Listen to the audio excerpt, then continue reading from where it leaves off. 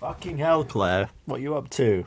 Is this some kind of bad joke? You're just clicking your mouse button for 3 minutes.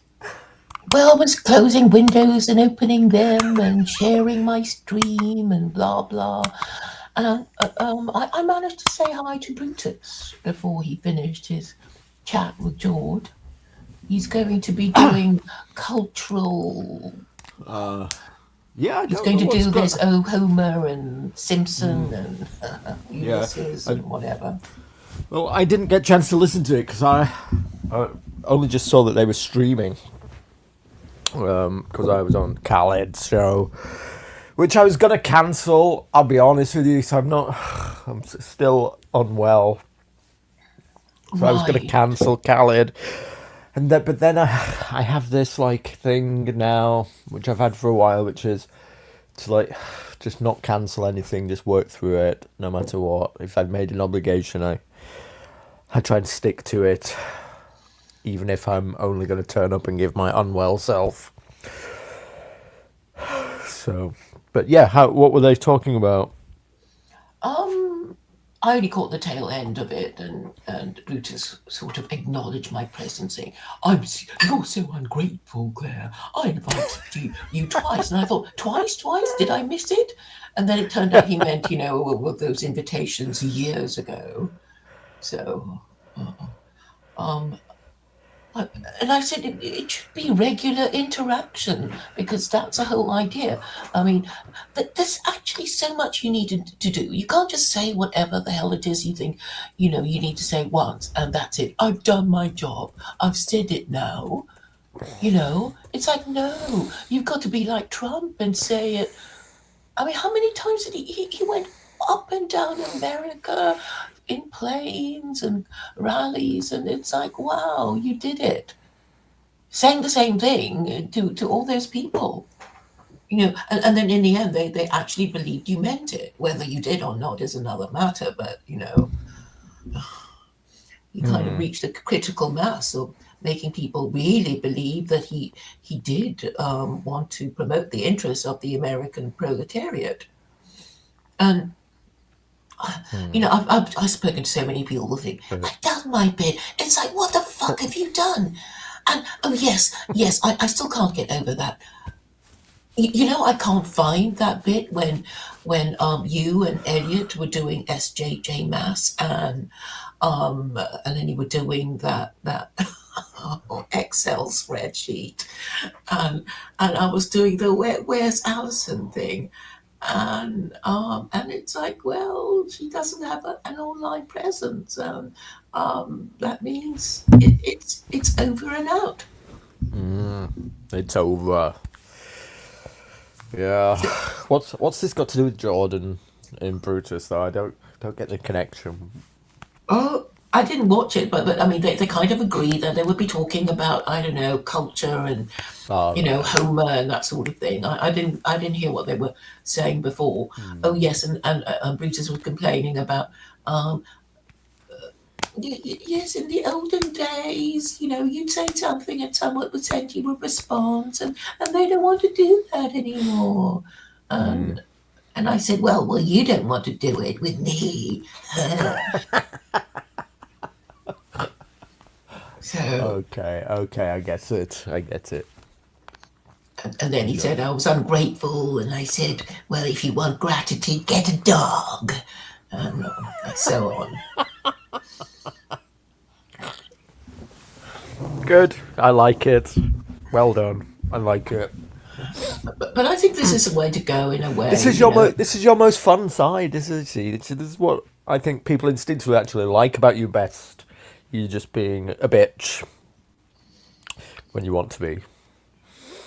Well, yes, I mean, somebody was saying in space, oh, come on, Gazelle, come on, Claire. It was so entertaining when the two of you were having a go at each other. And I thought, Yeah. no, I'm not Punch or Judy. Um, But you are actually. Nobody wants to hear about the Quran shit, but when you just like have an argy bargy, that can be funny. so really, we've become characters in a soap opera. And then people kind of Yes. say, "Oh, I like that, Stephen. Oh, but I like that Jordan. They're having an argument. Oh, are they gay, or something of that nature?" So, Louis has decided to join us. Louis, Hello. I just thought I'd come check in on Steven's new career. as yes, a YouTuber with a legacy, because he was talking about his legacy on another YouTube channel. No, I was asked to go on Khaled's show and talk about this fucking topic. I had no idea what I was going to say.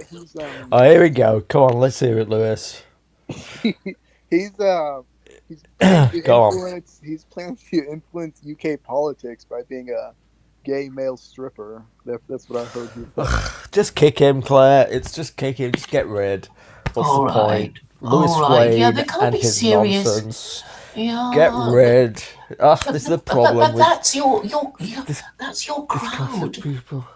That's your crowd. At least you're moving on up and talking to Muslims. At least you're showing that you're serious. I talk to anybody. I've talked to anybody for a long time. This is what I do. And that's also why, I tolerate the people in the cube as well. I know, but sometimes you think maybe they're dragging me down. Maybe people will think that I'm one of them. Oh my God, that would be terrible. And it's so depressing as well. So I've basically been doing my rounds with the white nationalists again. And it's like they're all drunk. And I think they want to kill their mum and dad because they blame boomers. Or I was in a space and they were saying, "Wait, we've got to be nice to them." And there was a sensible American woman. We have to be nice to them because we want them to give us our money. And they were obviously drunk. Yeah. Well, the Wignats are losers. Unfortunately, what Luke Ford says is correct. That marginalised movements attract marginalised people, and so you have these people on the periphery of society who are basically practicing being a loser on the internet, and it is what it is. And now they're all on Twitter, so you get to interact with them. Before, there was like a couple of years where I was like trying to find these people, seeking them out. Like, where are the Wignats? Where have they gone? Because they were always getting banned, like OV and Norvin and all these people. And I was like, where are they now? Does anybody know where they are? But they're all on X, I guess, now. Yes, and I suppose the British government might well zap X, because it already has been suggested, right? We have to do something about that. How dare you tell us how to run our country? Yeah. I see somebody in the chat commented, "Are you trying to talk in Morse code when you were clicking your mouse?" Just only closing. Do you remember Thomas Barden Reese's impression of you, which was like this?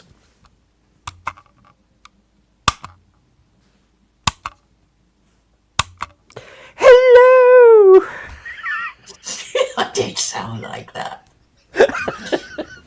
No, it went like this, right? It went like this.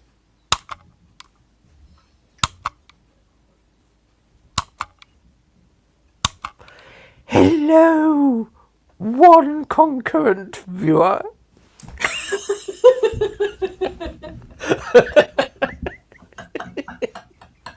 I thought that was a good one. One.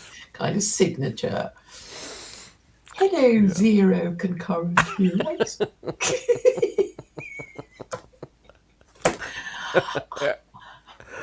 I sort of feel like liberalism, in that there isn't really a liberal party anymore, because it's just like it's everywhere. It's just everywhere. What is everywhere? this liberal, okay, I'm saying secular Quranism in a way. It's sort of like, people kind of recognize me and start talking about it before it's like, I don't want to talk about secular Quranism. I want to talk about this thing in your title. I don't want to talk about secular Quranism at all. Oh, but what is it? But why is it? It's an oxymoron. It's and but anyway, I think they understand. It's like, I've arrived at these analogies. It's like, well, it's like you don't have an immune system, and it's so that's why you catch all the crazy, stupid, evil ideas. Any of them going, you have to catch it because you haven't got an immune system. And I'm afraid it's not a very nice analogy. So we have to think about our epitaphs, right? Because we're all going to die, and it's like, how are we going to sum up our pathetic little lives? Yes. And What I do was you want thinking written yours on your could be. tombstone? Bigger Well, stickers. Mine. I would like. She came. She warned. They listened. That's what I want. Right. That's it. There'll just be a picture of a mouse clicking on yours.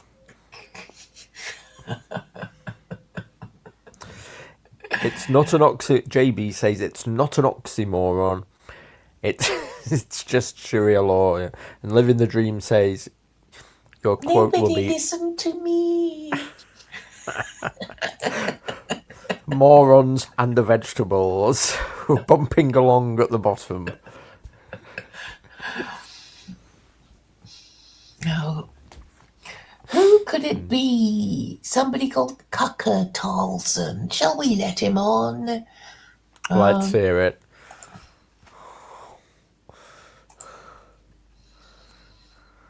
Hello. Hello. Cucker.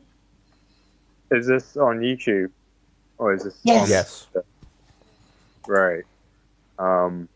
Okay. Do we know you? Well, I know SJJ, and I do Let's know go. Claire, but yeah. Have we spoken before? Yes, we have spoken before. Yes, you sound familiar, but I can't place you.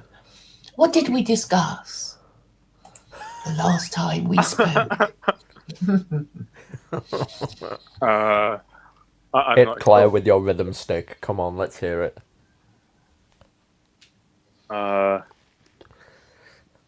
I think current affairs. Yeah. He said vaguely. What's your opinions of Claire? Let's hear it. No holds barred. Tell us how you really feel. Well, I think she's got a book out, so you should She buy does. her book. I've got it. on Amazon. I've got it. Have you got it, Cucker? Just call me Tucker. Yeah. No, I don't have it. Do you think you might order a copy? Or are you afraid of being seen with it? Oh, I just I don't buy books. I hardly ever buy books myself. Well, it's not really a book, to be fair. It's about 10 pages. Yeah, More like a pamphlet. And it's large print, so people needn't feel intimidated and think, "Ooh, I'll never finish this 500-pager." Yeah.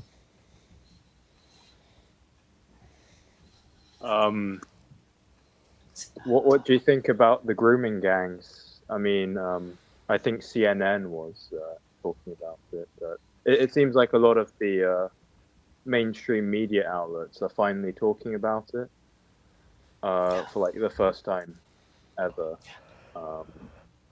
So, but whether this Right, but actually it's an means old anything- story, isn't it? It's an old story, and it's the wrong season for it. I mean, if you guys are kind of hoping for race riots leading to revolution, leading to pogrom. It's just not the right time for it. Summer is the time for it. I Yeah, mean, but you can't predict these things, Claire. It's not like it's just happened, isn't it? It's just a thing that's happened. they did have a revolution in Russia in, what was it, February, October? I forget now. I think it was It the was in the October winter. Revolution. Pardon? I did do it at school, but I'm a bit vague about. But I think there was some, Red December. October, yeah. Hunt Yeah. for the Red October. That was a film, wasn't it? So in October. But all the revolutions that you might have heard of do happen in the summer. It's just that by the time summer comes around, our ADHD goldfish minds will have moved on to something else.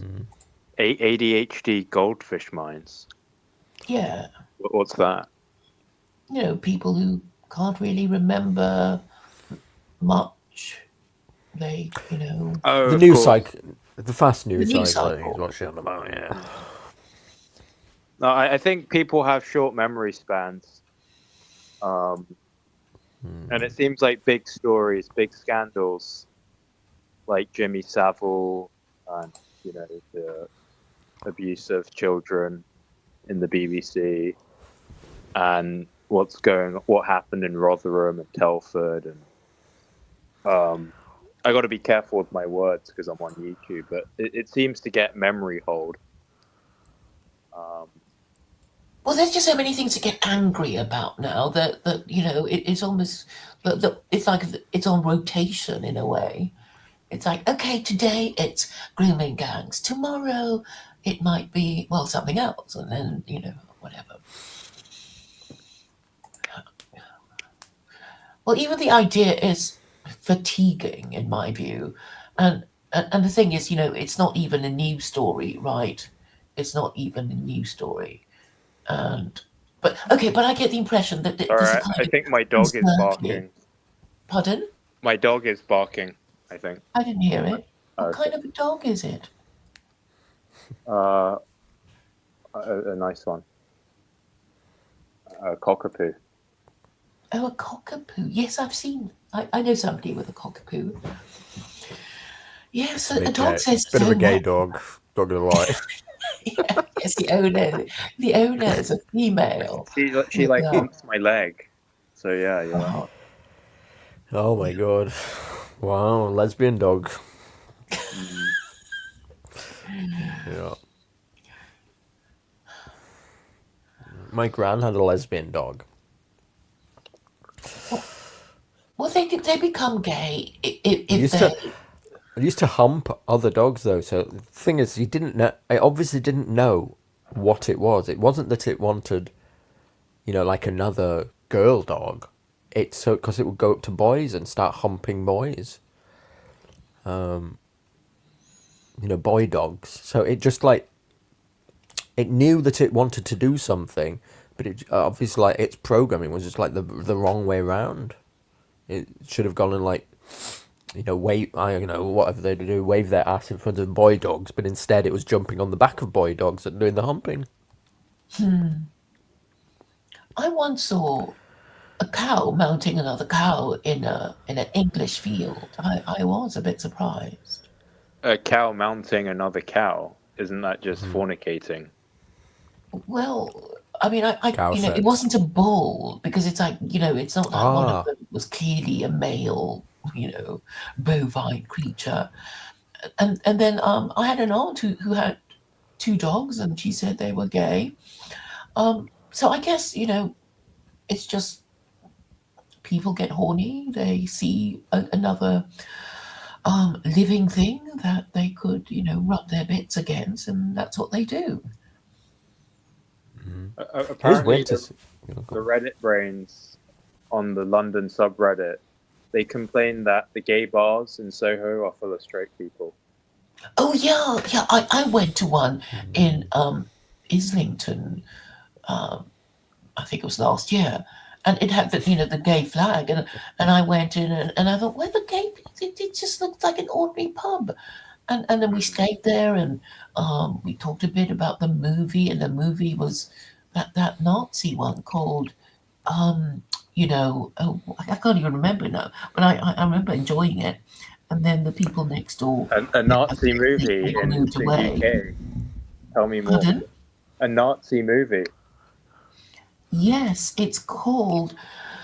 Oh my God! It won a few awards as well, and it was very naturalistic acting about this Nazi concentration camp officer and how Oh, his Schindler's wife List. zone of something influence or something. Okay. It was quite well known. I think it won an Oscar or something. Zone of Interest, that's the one. So, and it was quite beautifully shot because it was concentrating on this sort of oasis of, respectable bourgeois German family life and happy children running around in gardens and fields and rivers and stuff, with the, moans of the inmates of the concentration camp. Whose smoke you can see, in the distance. But he uses a kind of technique like Eric Romer. If you ever watch his films, he doesn't actually give actors and actresses lines. He just says, "This is vaguely the story. You make up your own dialogue," and when they do, it looks really naturalistic. So, even more believable, I guess. So, And what did your gay date who you took to the no, he wasn't think of it? gay. That's No, a her. point. What did she No, think of no, it? it was a man. It was a man. Well, And so we went to this gay pub with a gay flag, and we didn't see a single gay person. Which gay flag did it have? What was it? The A old rainbow school one. gay. Yeah, but there's different kinds of gay flags. There's like yeah, the they one. have pink on them now, don't they, for trans? Well, it's pink and light blue, and then there's like intersex, which is like yellow I with think it like was just a purple circle.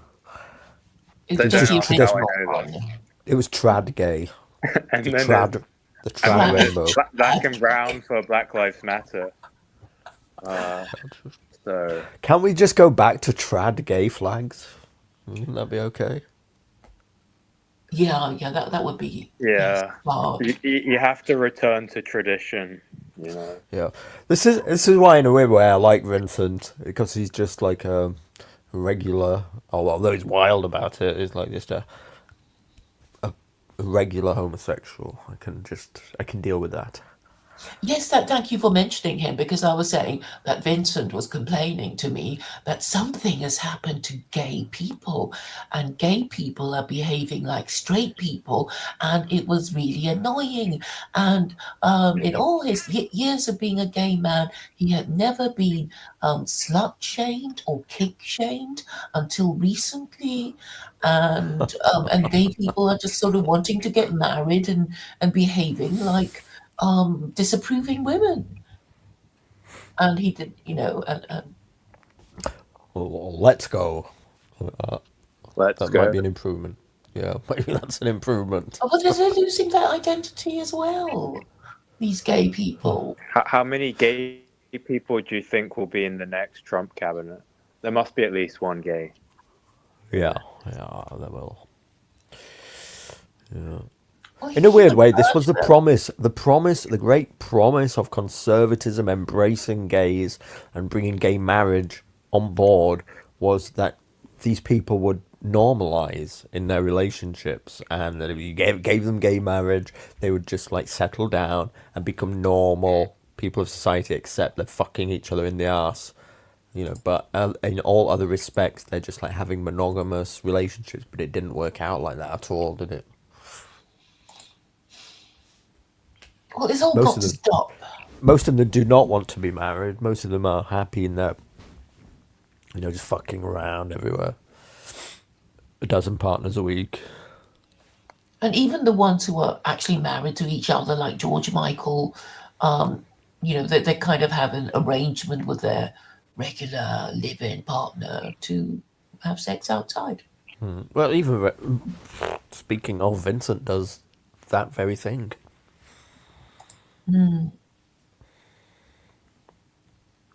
Well, I'm just old school libertarian, so whatever happens in the confines of a bedroom can stay there. You know.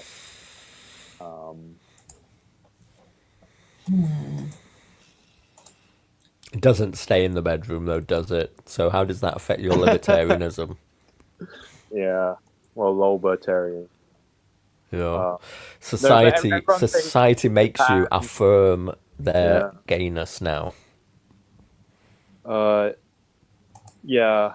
Well, Japan's a very well. I think the stereotype of Japan is that it's a like this based right wing ethno state in East Asia. Wait, are you in Japan? No, I'm in UK. Oh, right, okay. But I did spend a year there. Um, Looks dreadful. I hate the look of it. I wouldn't want to go at all. Can't, well, I don't think see the I appeal. dread the look of like the north of England, but um, but so yeah, it was interesting. They called transgender people new half. New half. Yeah. Well, there was this what's the word? Is it androgyny? Where where like a man looks like a woman or something. Or, Yes. yeah. This is an So Asian basically, phenotype just in itself. yeah. So basically, there are a lot of these like in the world of retail, a lot of the employees, from a Western perspective, can be like hard to tell whether they're a man or a woman. Yes. And apparently, it's just deliberate where these Japanese people just choose to be quote unquote gender neutral. So a lot of times, it took me a while to figure out I was actually talking to a man instead of a woman. It's harder as well because they all look the same to us as well, don't they? Right. Or it's harder. It's harder to notice this, to distinguish faces amongst a different race. So apparently we all look the same to them, but Asian people all look the same to us.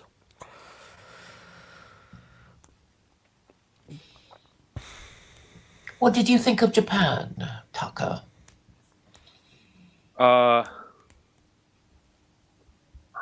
Well, I think it's very interesting what's going on in Japan. It's one of the richest countries in the world. It's very popular with the normies. All of social media is full of Japan-related content. But I mean, yeah, it's always interesting. But what's the question about? Well, I was just wondering what you thought of, the people and the experiences and whether you liked it there. I mean, I read recently that Islam is the Oh, fuck that. top growing Did you... religion in Japan. Oh, Yeah, That's well, what I Islam heard. Islam is the fastest growing religion in Japan.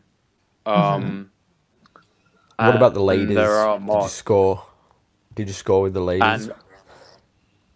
And I think Islam would work well. I think there was this Canadian vlogger called Canada Jinsan, and well, she was a white girl living in Japan, but because her boyfriend was Saudi Arabian or whatever, she converted to Islam. But I mean, it's like the burqa looks very similar to the ninja outfit, the Eder assassin.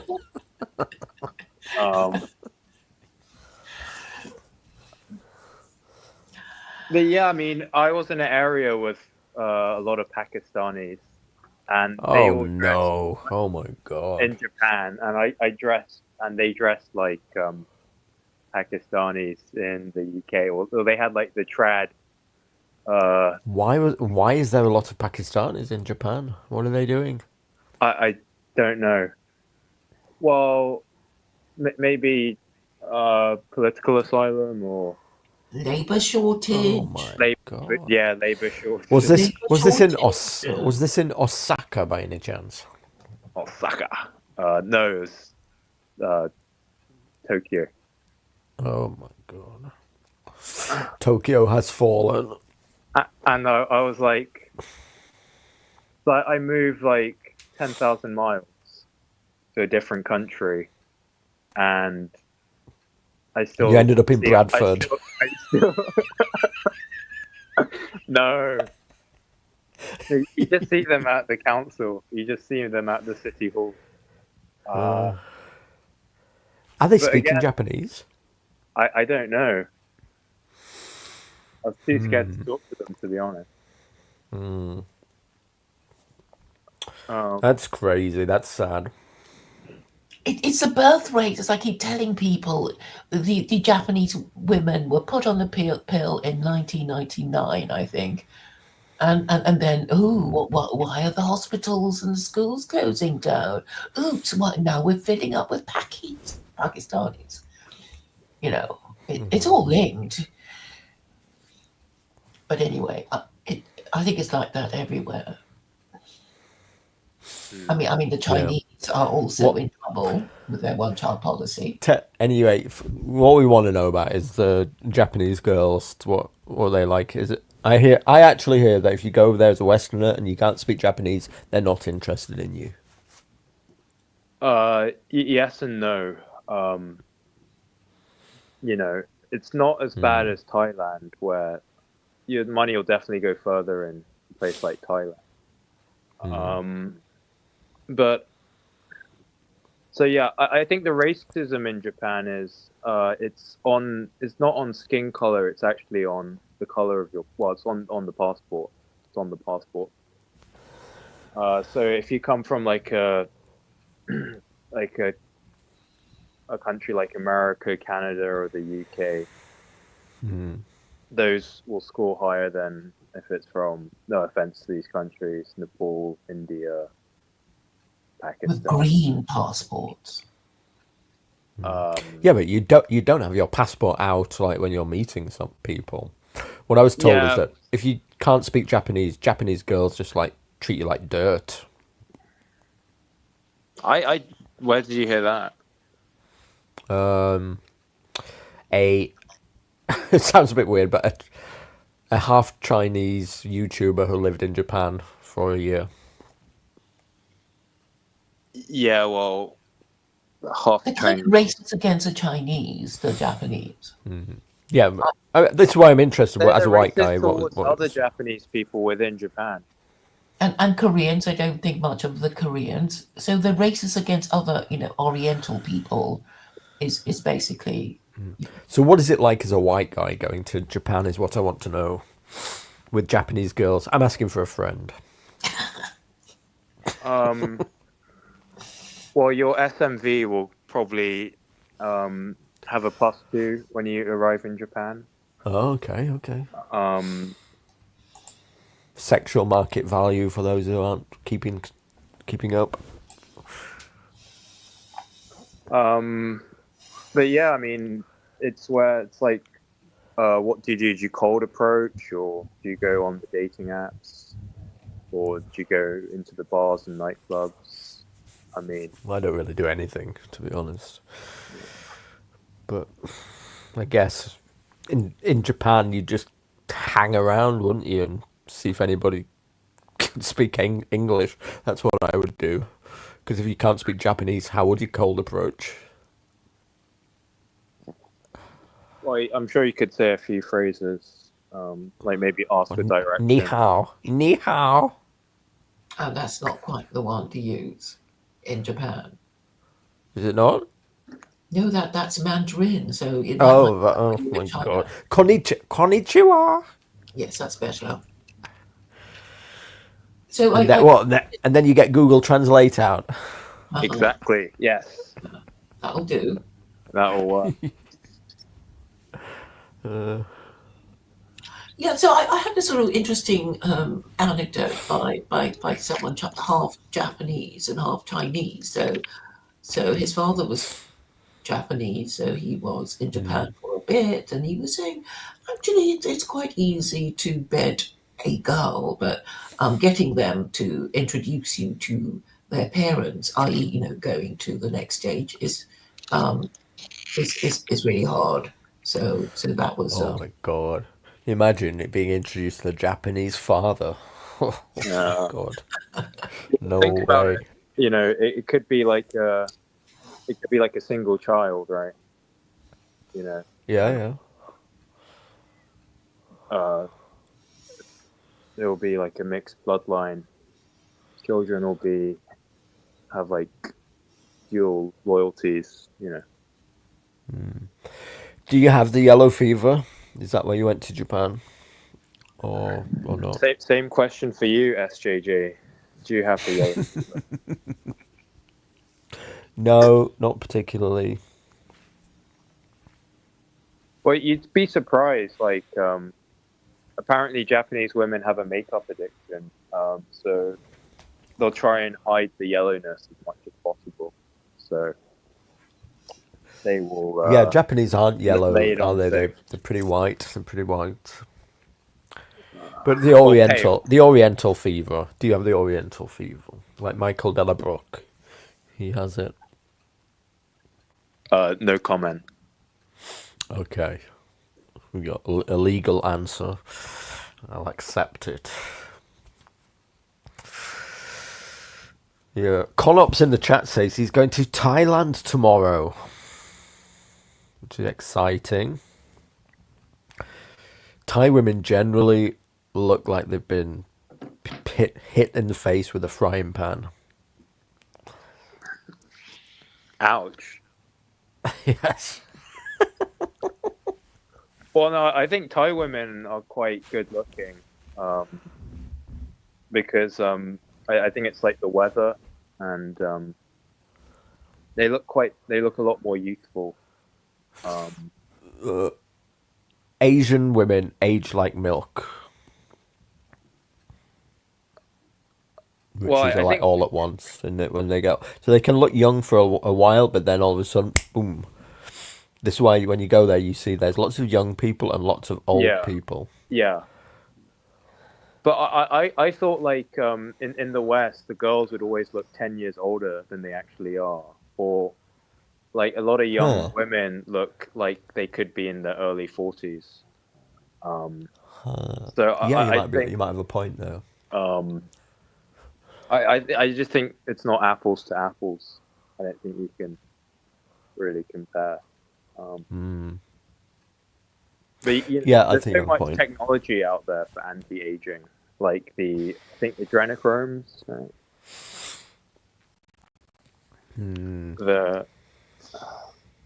I don't know. Well, they just have higher estrogen, actually, I think is what it is, or higher phytoestrogens. This is why they're more androgynous. I don't think it's just an Asian thing. I think there is something to the Asian diet that is like more feminizing. This is my theory anyway, based on zero evidence. Well, the East Asians have neoteny, where their facial features will look more less adult-like, maybe more childlike facial features. Also, it doesn't help that they're shorter as well, and slimmer frames, narrower shoulders. Well, if you're petite, you tend to keep your youth longer. I think. But it's not just that. I mean, share my screen, Claire. I mean, these are male idols in Korea, right? BTS. Yeah. Yep, but those guys will really if you fuck with their girlfriend, they'll beat you up, and they'll. Oh yeah, sure, but still, of this them is have, very really feminized. They look like girls. They could pass for girls, especially the one making that silly face. on the left Yeah. with a polka True. dot shirt. 3 of them are dyeing their hair. Yeah, they want to be blonde. These, Yeah. It doesn't look right on it on Asians either. It looks really weird. I think. SJJ, can you play the video I sent in the chat? Can you put it in the private chat in StreamYard? Because I can't see it. Oh, okay. Okay.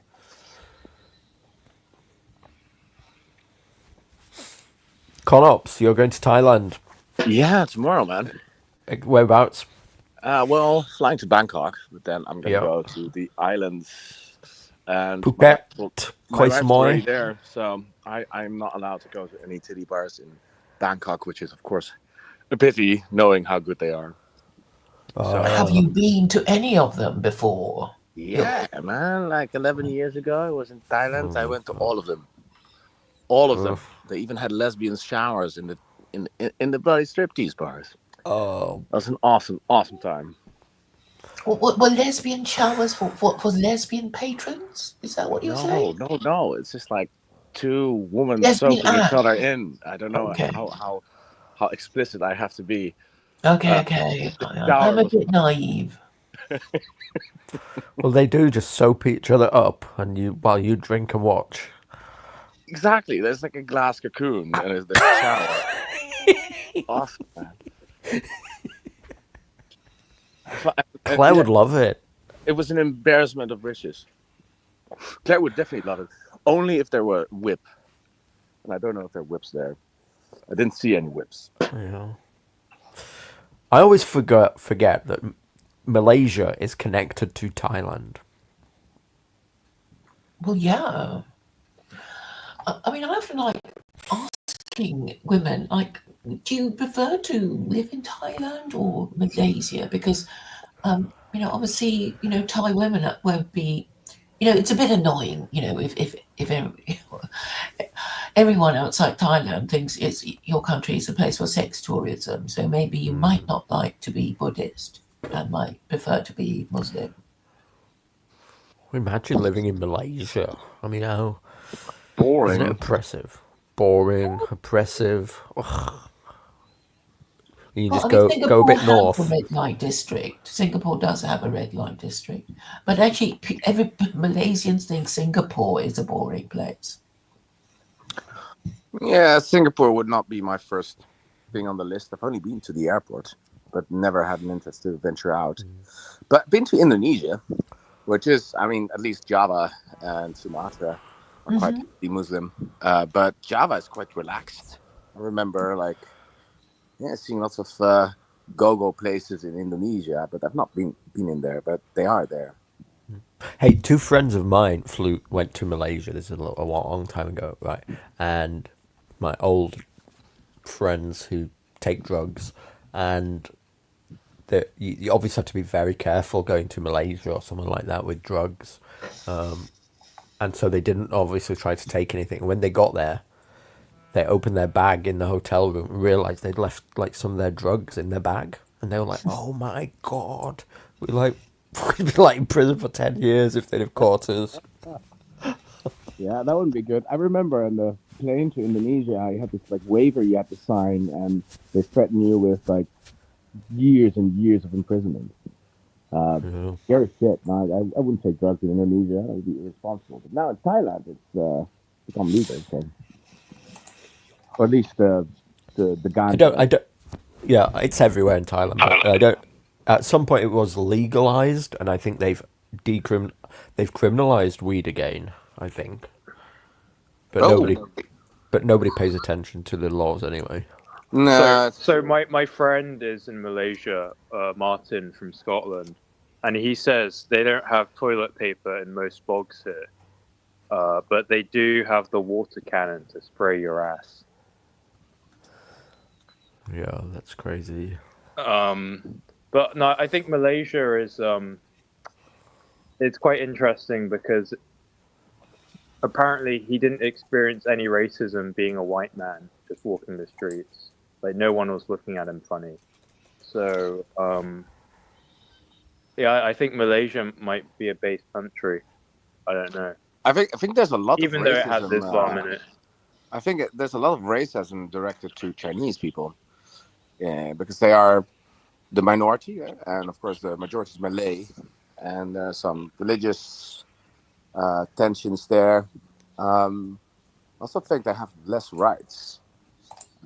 So also like Chinese traditions with alcohol is a problem, you know. So even though they're like only 51% of the populations, the Malay and Muslim Malay, they sort of pretend that they should rule the whole country.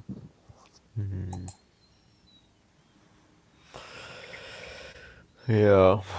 So which island are you going to? There's Phuket, then there's Koh Samui. I forget the name of the others. Koh Phangan, Koh Tao, you have many of these islands. I'm gonna go to like a laid-back island. I'm a married man now, so I'm gonna go to a chilled-out island. Koh Samui. No, not Koh Samui, a bigger island. Phuket. No, Phuket is not an island as long as I know. Phuket's an island, isn't it? I hear. I lived have on a it for a friend, year. Is it an Thailand. island? Phuket? I thought it was like a peninsula thing, no? It's in the south. I'm double checking now. You said Yeah, that. double check, Hold on. man. You are No. going with your wife, aren't you? Yeah. So it's gonna be laid back, chilled out. No, my wild years are behind me now. I've become a good boy. Yeah, it's technically an island. Apparently, the strongest marijuana stuff is in Thailand. Like the strongest weed, and you can get it in like these crystals. But apparently, it's unbelievably strong. So I would Oof. just watch out for that. Yeah, Like really not- strong. I'm not much of a stoner, even though I live in Amsterdam. So I don't know. Like usually when I take like a blunt or something like that, I just like get really high, really stoned, really boring, and then I just want to sleep. So it's just not my kind of. Yeah, what's the point? What is the point in it? Don't Yeah, I get don't it. see it either. Usually people also get very boring in the moment, like they're at a house party and they smoke marijuana. It's the moment they should leave. It's like, well, Exactly, yeah. And the smell is horrible. Have you ever like met someone like Yes. it's just like you smell like weed, you smell like grass, like gross. You know, the smell. It just I don't know how we'd get rid of it, like in your mouth and stuff. But yeah, it's also not my preferred thing. I smell it like where I come from. It's omnipresent. So if I walk out the door, there's just marijuana everywhere. yeah, it's not the worst smell, to be honest. There is Yeah. worse. I mean, People who just smoke cigarettes smell worse, to be honest. Yeah, hey, what are you saying, man? Yeah, you smell. You stink. You stink, bro. Fuck it. I did quit, but like it's not, I have a difficult time quitting, man. It's so shit. Vape, come on. I Get a vape, vape. but I was like off of it for a month, but then or do the zins. drinks with people, and then always. Oh, there's so many options now. You have no excuse to smell bad anymore. That's not true, Stephen James. Now they banned also all the flavor vapes. So now you can only get like a generic Oh my vape god. with tobacco Is taste. this in the In my Europe? country. Yeah, I'm in That Europe. sucks. So they've banned fruity vapes in Europe. Well, Why did they do that? because of the children, I think. So all the Okay. children were vaping. Oh my god. You can buy weed, but you can't buy a fruity vape. The world has gone mad. Yeah. I hate that. Like people just deciding for me, like, yeah, you can't have a taste because children are like doing this shit. Like, I mean, like, take care of your fucking children. Why bother me with your lack of, I don't know, parenting skills? The And vapes this really neatly give brings you- us to the story of grooming gangs, No. if we still want to talk about it. Well, who do you God. think selling the illegal vapes? Who do you think is selling all the,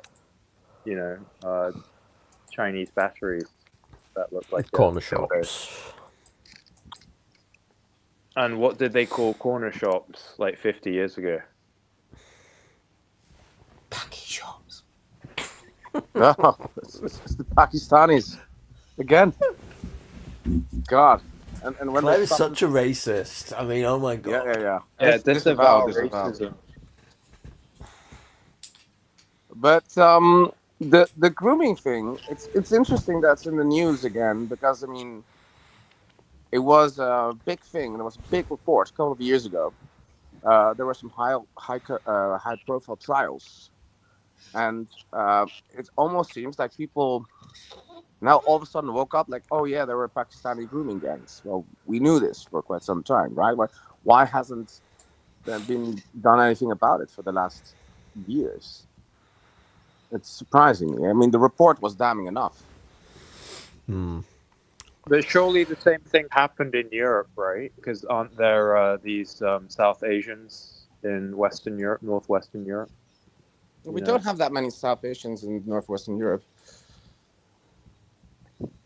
Because So I think thought it's like, the worst ghetto was like in Belgium, in Brussels, like where all the jihadis came from. oh, you mean Molenbeek? Yeah, Molenbeek. Yeah, but I mean that's still a different thing, right? So yes, quite a lot of what do you say, terrorists come from that neighborhood, and I'm sure there's also quite a lot of pimping and stuff going on. But these like organized rings, like they were in Britain, that is not, as far as I know, we didn't have a huge issue with that.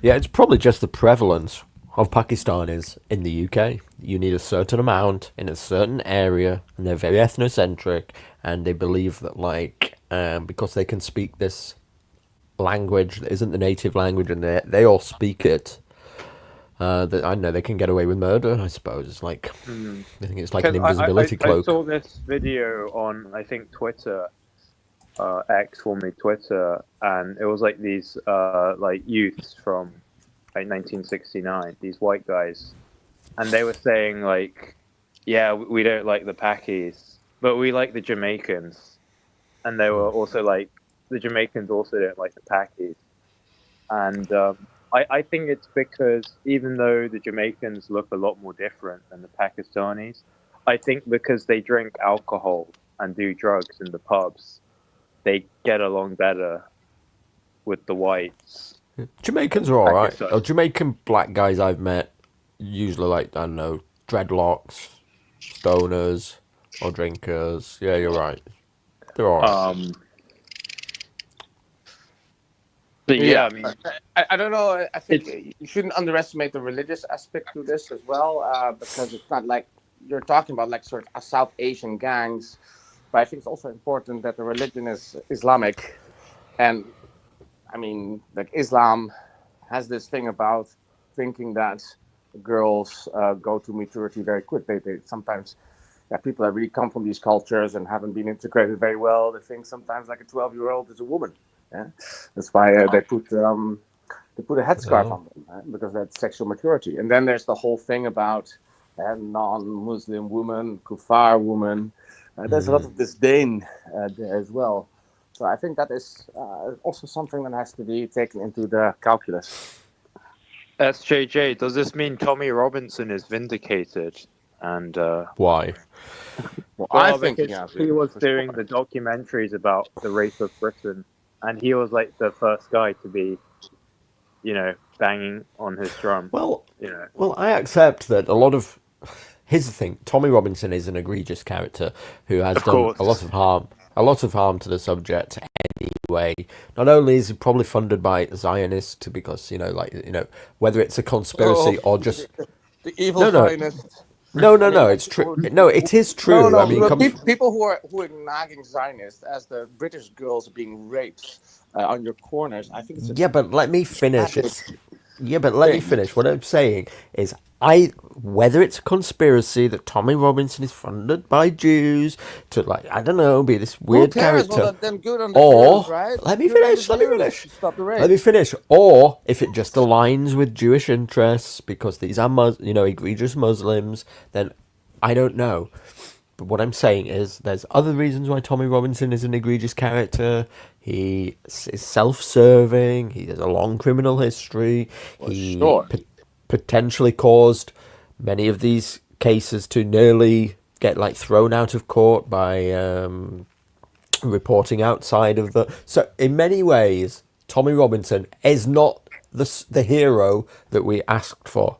But I also appreciate that to many foreigners, particularly outside of the country, they only know about this issue through Tommy Robinson. I think Jordan Peterson said this the other day. Like, somebody came to Jordan Peterson, I think it was Piers Morgan, and said basically what I've just said all about Tommy Robinson. You know, he's this egregious character. You shouldn't like support him. And he said, well, if it wasn't for Tommy Robinson, I wouldn't even know about the issue. So Yeah, I mean that's also a little bit Jordan Peterson's problem. But what is definitely true, the journalist that broke it, I forgot his name, that made a major article about it, but it was taken seriously. He says that he had Tommy Robinson to thank for it. So I mean, there is like his campaigning, and awful as he often did it, very tactless, not very smart. He did bring this very, very tragic event to the fore, and then the whole elite was shooting the messenger. By the way, the alt-right was the worst. And it was like, Zionist shield, this and that. Well, English girls of 12 and 11 and 13 were raped. It's disgusting. The alt-right is also disgusting in their moral outrage. Only when it's like Jewish people, only when it's like Epstein, then they are concerned about it. But the moment, I don't know, it's something else, they don't care, you know. yeah, the alt-right is obsessed with Jews. We get it. No, you know, everybody's. Luke Ford's right. Marginalised movements attract marginalised people. Well, here's some internet trivia. So there was this subreddit called The Donald back in 2016, and that it got, I think, quarantined and then banned from Reddit. And then it became Donald.win. But apparently that closed down because I was getting too many. The alt-right were trying to subvert the Donald, and then the FBI had to get involved. And then the owner of the server, and I think Texas, had to basically close it down. So it's like the alt-right just ruined stuff, right? I'll tell you what though, Conops, it doesn't help the case. Like when I get Duvid on my channel, and he is like the literal like stereotype of the happy merchant, and saying, "No, you lost, Goy. You lost, Goy. The Jews won. We're never going to side with you. We're never going to help you. It's in our interest." And I'm like, oh my God, no! This is every stereotype of Jews it's every stereotype of Jews that the alt-right pushes. I mean, I think he's only like a half Jew, and I think he sort of like embraced this like Joker figure to be like a stereotype. Also has the beard like this. I'm like always like, what's your deal? I don't know why Duvid does the things he does. It's rather strange, but I don't think you find many people that agree with Duvid, also of the Jewish community. Don't think you will. Because like the question that I had for him was, if Jews are so smart, why don't they just join with the white people and protect like the demographics in America before it's completely lost? They must realize that this is only going to be bad for for the ruling class, which is made up of like white people, and Jews are have a good status amongst that in America. So why aren't they interested in self-servingly protecting their own interests in America, protect the status quo? And he's like, it's good for the Jews. It's good for the Jews. I'm like, oh my God. Yeah, I don't think Duvid helps very much, but there's been quite a history of articles, writers, neoconservatives in particular, that have been raising this alarm since the 1990s. You had Bernard Lewis, Roger Orr, Daniel Pipes. All these people have been warning about these demographics problems, the grooming gangs, the jihadism for quite some time. But if it's not in the alt-right narrative, they don't just forget to mention these things,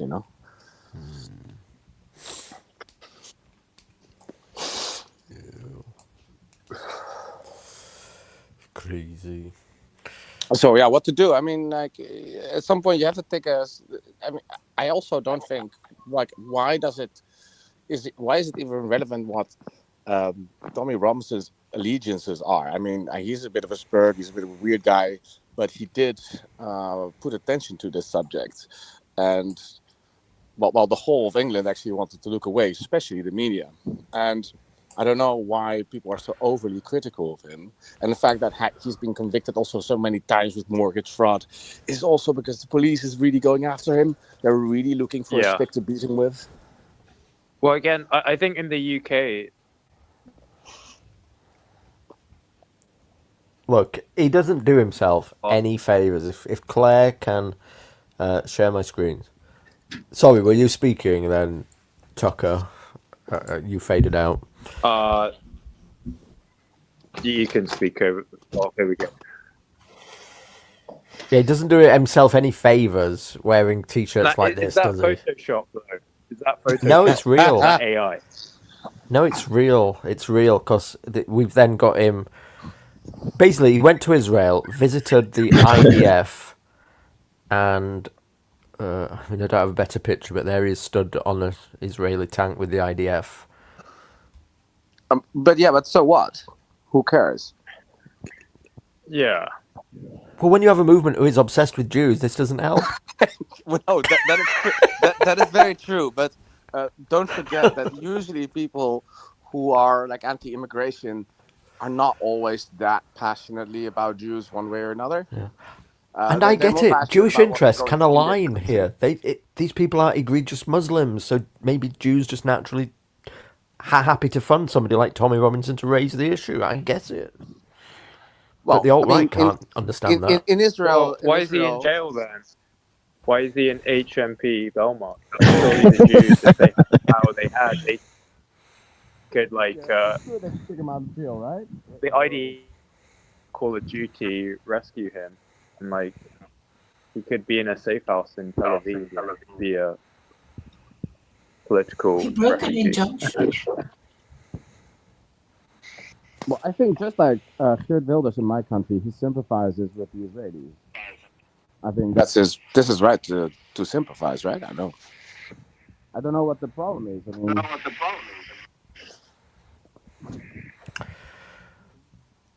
Well, because the alt-right are obsessed with Jews, so they'll never accept this as their leader. Well, let's face it, the Jews run Britain. I mean, let's just face it. They run Britain and America, so. How many Jews are there in Britain? Give me the numbers. Not many. I'd say Okay, 0.5%. Yeah, it's 0.6%. They control a considerable amount of power for being that small. I mean, but having a disproportionate power doesn't mean to have control. These are two different things, right? Well, I think it's a disproportionate power. Why is that not a problem? You're saying it's not a problem? Oh, no, I don't think it's not a problem at all. If some You think groups it's are not a more problem for overrepresented in some disproportionate? You don't think it's a problem for Jews to have a disproportionate amount of power in Great Britain? a disproportionate amount of what do you mean, like power in financial? Well, you just said that. You said they have a disproportionate amount of Well, I power. would You're say fine that- with that. Yeah, I would say Jewish people generally are more active in journalism and active in some professions where they could be considered maybe a little bit more powerful than others. But on the whole, of course, they're a minute, insignificant part. So even the disproportionality is not affecting the course of the country at all. Well, do you know that the British government created Israel?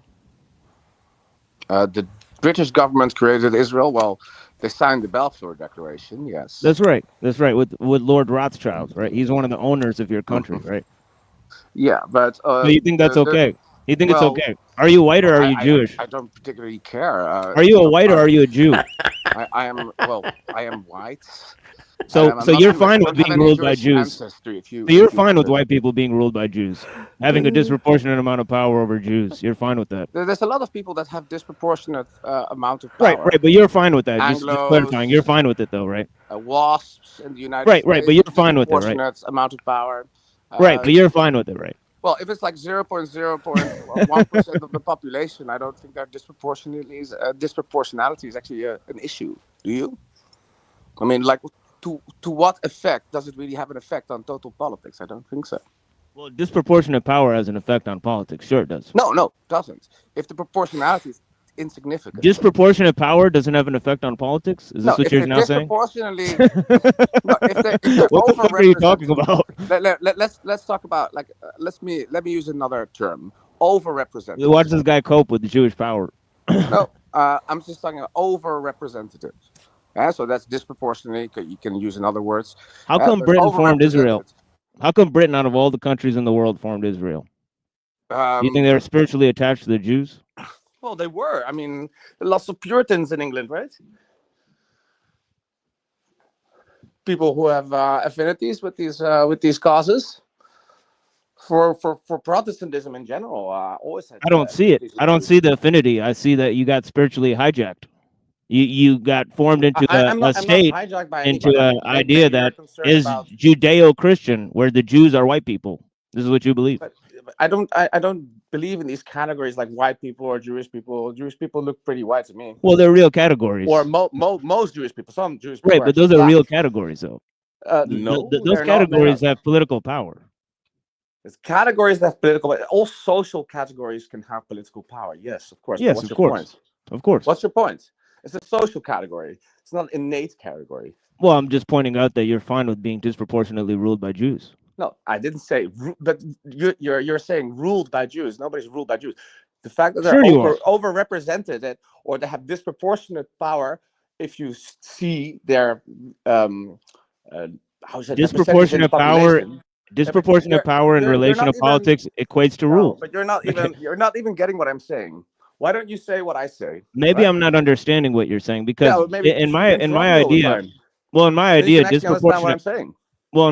disproportionate power equates to a sort of rule, right? No, in terms of political overrepresentation just means that you have a little bit more than you would have if you consider your percentage of the population. Right, and why is that not a problem? And why is that not a problem for Jews to have that over white people?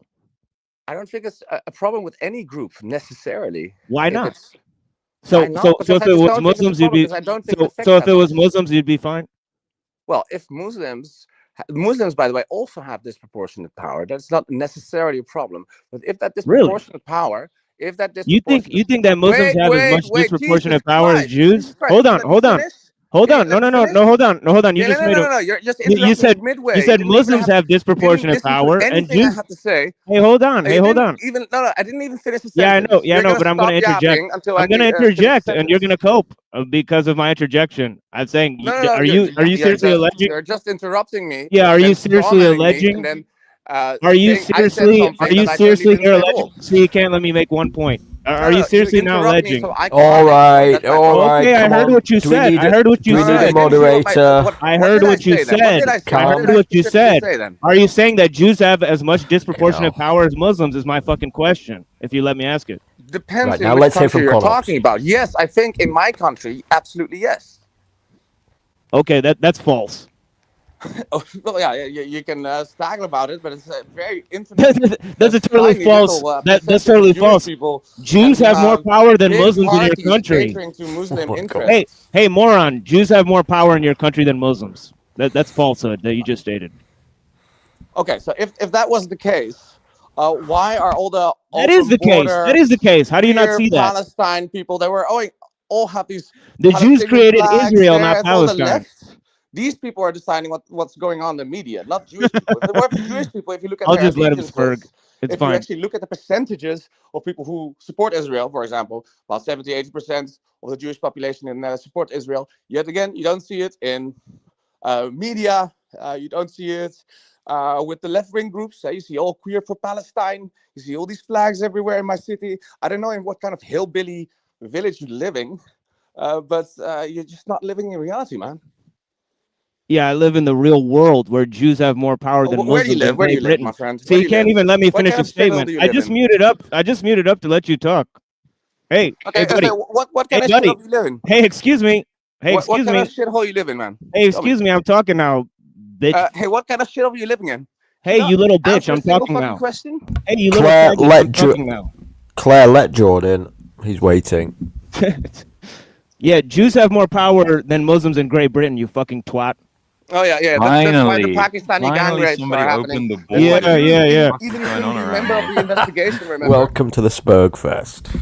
Based. Hello everyone. My two favorite. And while you're obsessed about Jews, women are being raped, and you didn't say anything about it. You're just talking about Zionist chill. Oh yeah, they were causing terrorism. Now they're raping people. It's all just a bunch of Jewish lies, dude. You're Zionist. Oh, okay. So you think it's Jewish lies? And you think it's fine for Jews to have a disproportionate amount of power in your country? You're a fucking Zionist faggot. English girls, really? Is that? Whoa, terms of service I don't rape any English girls. I don't know what the fuck you're talking about. I don't know what the fuck you're talking about. The subject of discussion was, you fucking idiot. Well, I'm talking about what's going on in Britain. Jews have more power than Muslims. You fucking moron. You fucking twat. You didn't have any evidence for this. Okay, yeah, they formed Israel through Great Britain, you fucking moron. Fucking I presented a huge piece of evidence, and you didn't take it because you're a fucking moron. It's fucking 1917. What day is it? These dickheads can't make a single point. It's fuck hilarious. You, bloody. But by the way, Britain has always been sympathetic to the cause. That doesn't mean Jewish people control that. They just said, okay, we can let this happen. There's no evidence of control. Yeah, they had a Jewish prime minister. What do you mean, Benjamin Disraeli? Who do you mean? Yeah, that's right. That's right. So what? Yeah, so what? So what? Everything is so what? Did he? Did he? And Muslims have as much power as Muslims have as much power as Jews in Great Britain. London. What a moron! This guy's a fucking moron.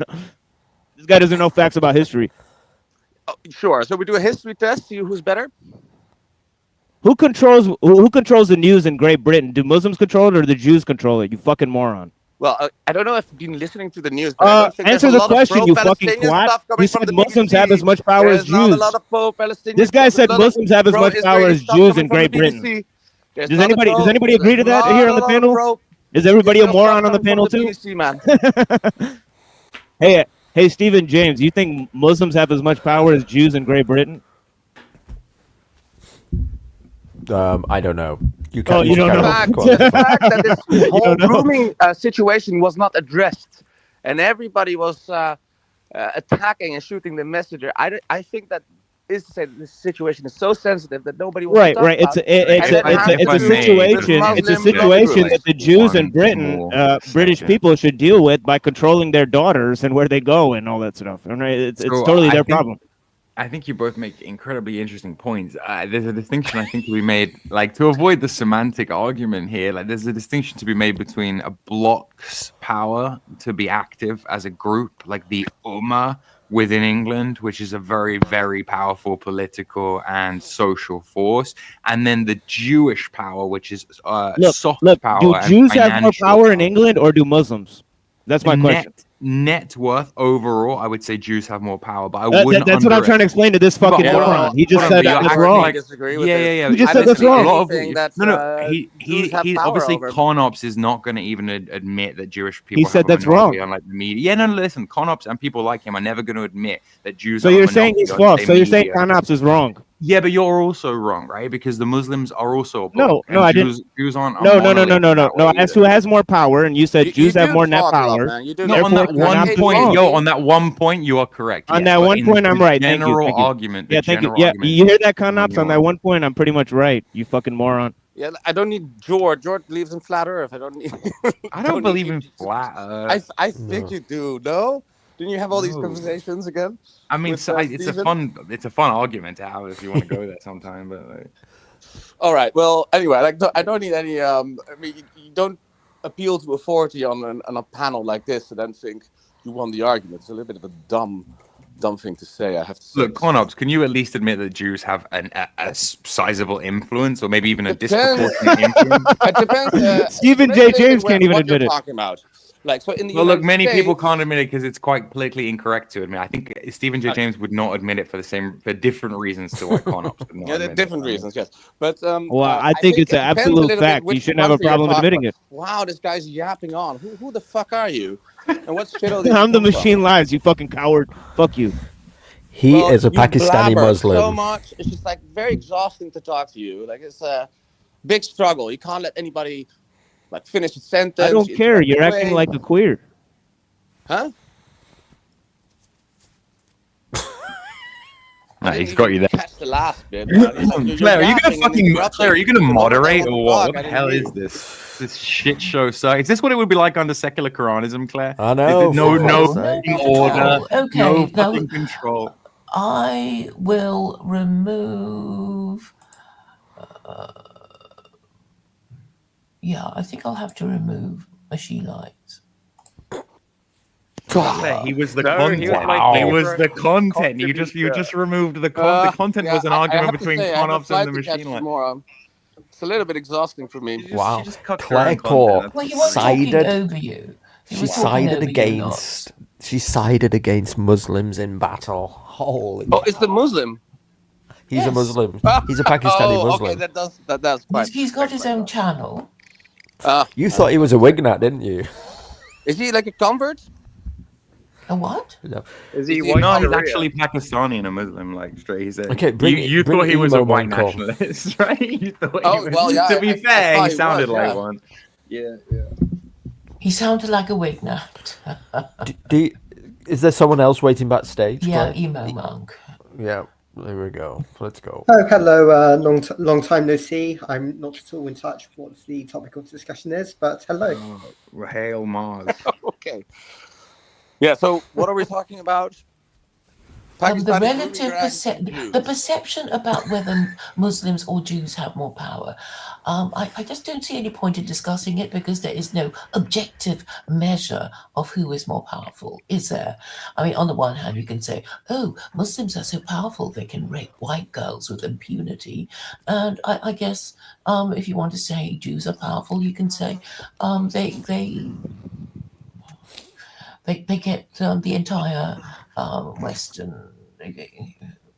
the entire West to support Israel. Well, that's not really true, right? I mean, like Ireland, Spain, a couple of other particularly left-wing governments in Europe don't support Israel at all. Well, I mean, there's always an element of people who don't support Israel, but the fact is Israel is kept going by the world's #1 superpower. And then, there's what Thomas Massey saying, oh, we've got all of us have an AIPAC man, but I don't, or words to that effect. And people basically I saw that actually. That was crazy. What I don't understand is if Jews run the UK, why are they filling it with Pakistanis? Okay, so Stephen, let me give you the Wignat argument. Basically, Jews are a parasite that only thrives amongst its hosts, so they don't want to be noticed. And in a white society, a Jewish guy stands out from the crowd, but in a multicultural society, the Jew can blend in and operate. These people forget completely that the moment Britain is majority Muslim, as in the Muslims are a significant political bloc, it's fucked for Jewish people, and they're all going to have to go to Israel. The truth is, Stephen, somewhere in the middle.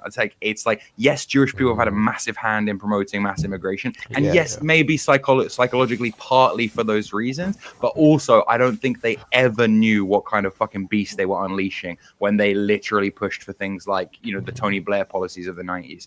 I think if you'd ask most rabbis back then, they would have been like, yeah, no problem. Jews are at the forefront of open borders, of immigration, of LGBT, of all the left-wing causes, but they wouldn't have seen how bad it's going to. Honestly, don't believe it was like an intentional ploy to like destroy Western societies with immigration. But fuck it, what do I know? I'm just a bloke who's purple, But George, I mean, if you look at the percentage of Jewish people living in the UK and in the Netherlands or Sweden, Denmark, it's just such an infantile small amount of people, and I can understand that maybe some of them are journalists and maybe some of them are in the movie industry, but you can't say that like that. You know what it is? I completely fucking agree. The policy of the nation. I think it sounds very implausible. Well, for every left-wing Jewish person, you can also find someone on the right making, for every Gloria Steinem, there is a Ben Shapiro or whatever, right? Like I'm saying that but this is what the Wignats refer to as the so-called kosher sandwich. It's just like Jews occupying control the Overton window of acceptability. But when you actually start talking about white nationalism or whatever, people don't want to hit, would be, again, I'm just steel manning the Wignat argument for you here because nobody else is going to do it.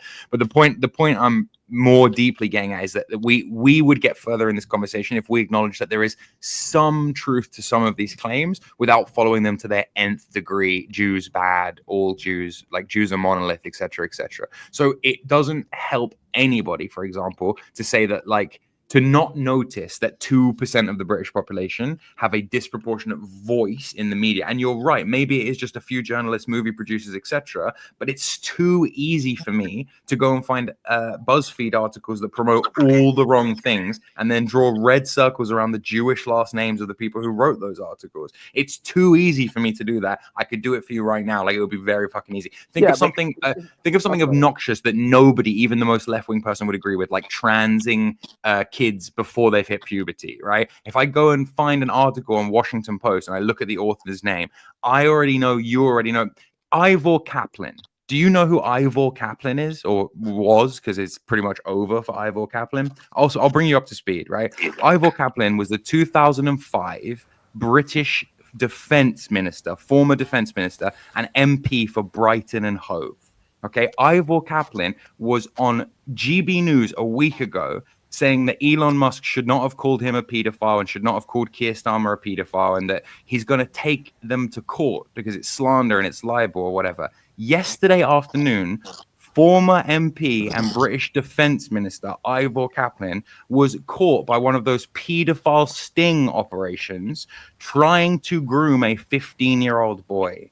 When I went to search, like, oh, I wonder who Ivor Kaplan, like, I wonder what he does. Surprise, surprise. George. Hold on a second, because it's a point. Surprise. He's the leader of the Labour Friends of Israel thing. Surprise. His early life section says, and look, when you cannot blame people for noticing. You cannot blame people for patterns of behavior that seem to repeat themselves. Of course, not all Jews. And of course, look, anybody who gets power in society is more likely to be a pedo creep. So maybe there's an obvious reason why we're seeing the Jeffrey Epsteins of this world without making it an intrinsically Jewish problem. But to say that there's no problem is fucking crazy. George, right? First, my first issue with what you're saying is that you're looking for confirmation. So you see a Jewish name, you say, this is the policies that they represent. I want to have some empirical research that, for example, if you say like that Jewish people believe these ideas in much more disproportionate amount of ways than like non-Jewish people do. I don't see any evidence for that. And if you have some research, I would be happy to review it. But if you're just looking for confirmation, then you can't actually do a good analysis. My second point is about, for example, the Harvey Weinsteins and the Epsteins. Look, there are lots of powerful Jewish people in Hollywood. I'm not denying this, right? When you see something like this happening, I think it's much more interesting to check, okay, so like how do you look at like rates of pedophilia? Is that really higher among the Jewish population? Is there some research about this, or can we make some research about this? So I would doubt it will be much higher than the general population. But I mean, maybe so just to throw this out there, you have other stats, or I would suggest that it would be higher than the average population, but not because these people are Jewish and they're somehow genetically predisposed to being pedophiles. I would simply suggest that with power and responsibility comes corruption and comes an abuse of authority, and that look, we are talking about a population that on average is more affluent and powerful than the average person in society, and we can't even get to the crux of having these conversations, because if I was to make lists of Jewish people who had committed sexual offenses or whatever, I would be arrested, dude. Like, let's just be real about it. So, like, of course, it creates a thing. It actually creates a firewall whereby the worst type of Nazi who just accuses Jews of being these caricature monster from out of some World War II cartoon gets away with it because they get to hide in the darkness, and none of this stuff ever gets brought into the light. And we never even ask some basic questions about, like, you know, it would seem very obvious to me that people in power abuse their power and authority. Let me give you another example. I had these conversations with Wignats. So I don't know if you ever remember Patrick Bateman or Patrick Seedsman.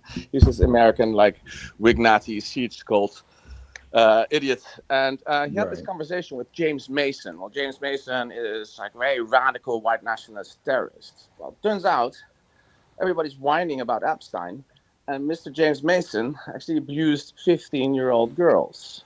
And nobody cared about it. Nobody in these circles cared about it at all. They actually praised him.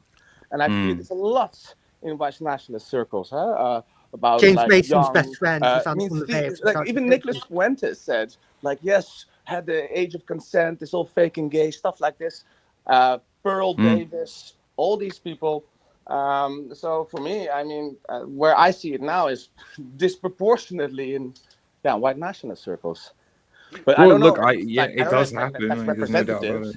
but it's what I see. But it's not proper research, but that's what I see firsthand. Yeah, no, I get you. I get what you're saying.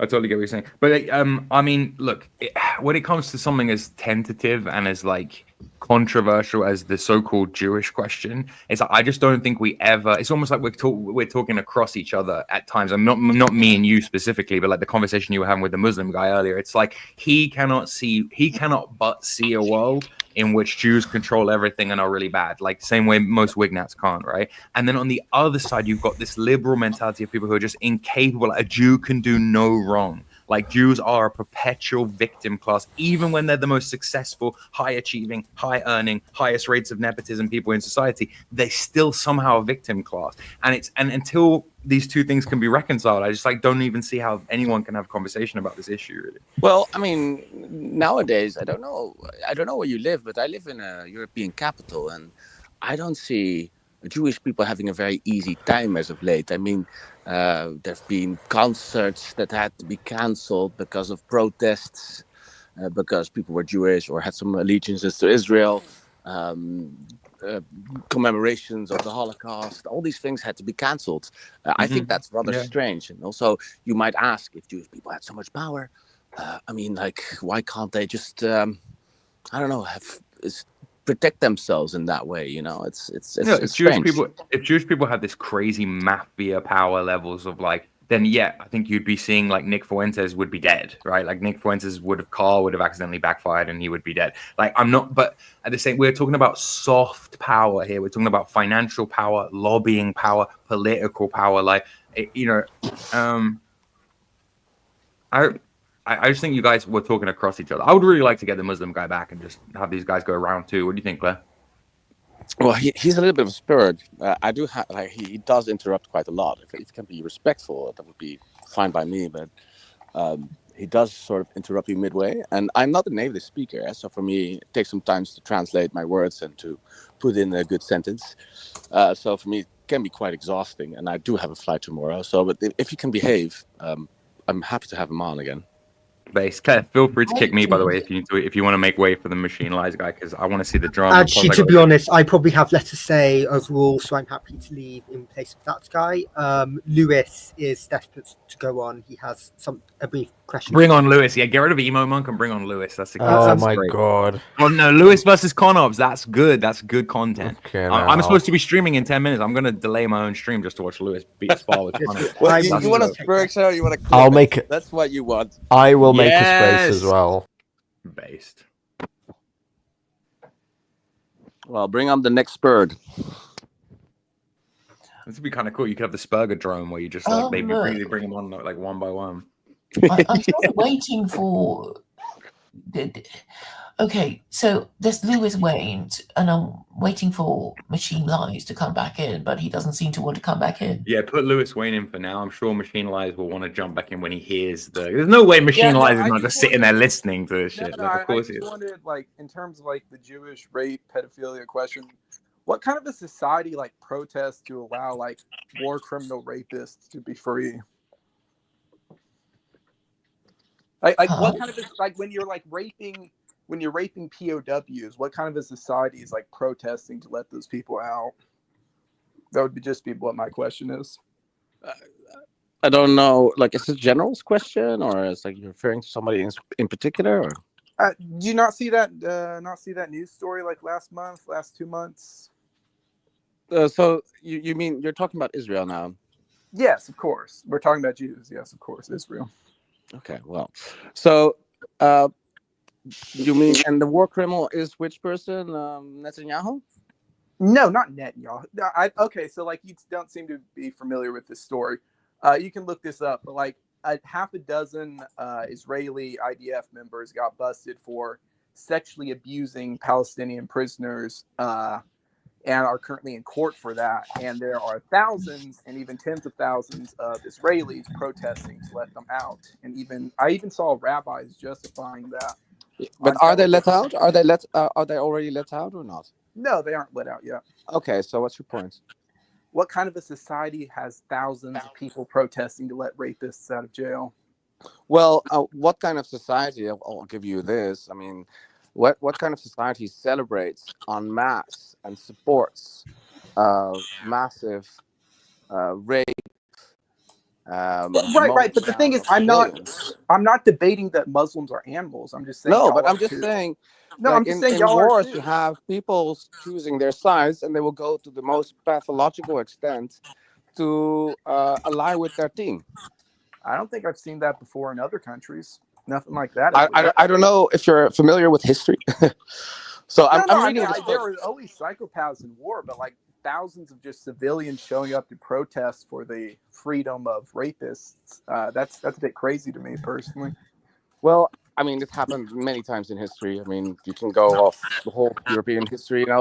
You see how popular some rapists were, and how many protesters they had in their favors, and how many. Right, but we're talking about armies that we're not talking about medieval people. No, but I'm just saying. Yeah, but this is human nature. I mean, people do put these people on a pedestal sometimes.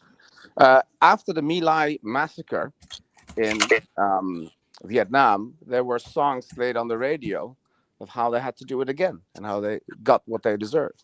I mean, this is what happens. So, like, and it's a tragedy, and we must be against it. But it is. So in the West, you have to go not back. Not something that is uniquely Jewish.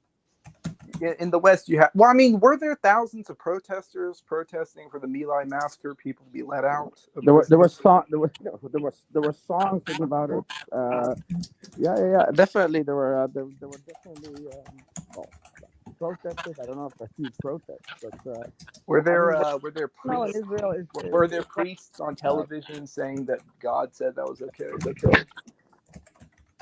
Well, I'll have to check that. I know that there were songs on the radio, like praising it, let's say. Yeah. Still, I mean, you got to go back, like, what was that? 60, 70 years in America to find something like that? And then you can just go to modern day Israel. Yeah, well, yeah, but you can also go, I mean, Israel is a Middle Eastern country. Yeah? It's just, it has some of the same problems that many Muslim societies are dealing with. Israel is also becoming much more conservative, much more religious, and also that means that their religious law, which is also the very primitive medieval shit, is in there. That is going to be more important. Well, that's just a failure of liberalism overall. But yes. Well, yeah. Well, it's a pity that liberalism isn't strong enough in Israel, and that the people who are more primitive, more religious are taking over there. Yeah. Also, I found it funny earlier when you mentioned that like Jews can't have Holocaust memorials and whatnot in Europe, as like that's evidence of their lack of power when those things exist in the first place in Europe. Well, I mean, the tragedy of the Jews was also part of the tragedy of Europe. Huh? Europe has had many tragedies during that conflict. I don't think. Well, I would say the Second World War might be the biggest tragedy of Europe. Right, but like I don't think what happened to your people is particularly the worst, or even a particularly interesting part of that tragedy. Well, if you just look at the death count, I mean, I am looking at the death count, and I think it's much higher in certain communities that tend to get overlooked. Like the Romani, millions of them were exterminated in World War. Well, not millions. Romani and Sinti. No, 200,000. 200 or 300,000. Millions of no, it's not 200,000. Millions of Romani were exterminated. Well, okay. Well, I can give you the list, but I'm sure it's not millions. I think it was a lot. It was a Okay, lot so more than just a few hundred I would thousand. say most modern scholarship would have put it maybe maximum 500,000. Yeah. But I think it's a great deal less. I think maybe more like 250,000, something like that, which is of course tragic. And of course it's overlooked as well. But that's also because Roman and Sinti people are overlooked in general in Europe. Yes, exactly. And why do you think that is? Why do you think they're overlooked in your communities? Well, because they don't have houses many times. Yes. It's like, yeah, or they live in slums.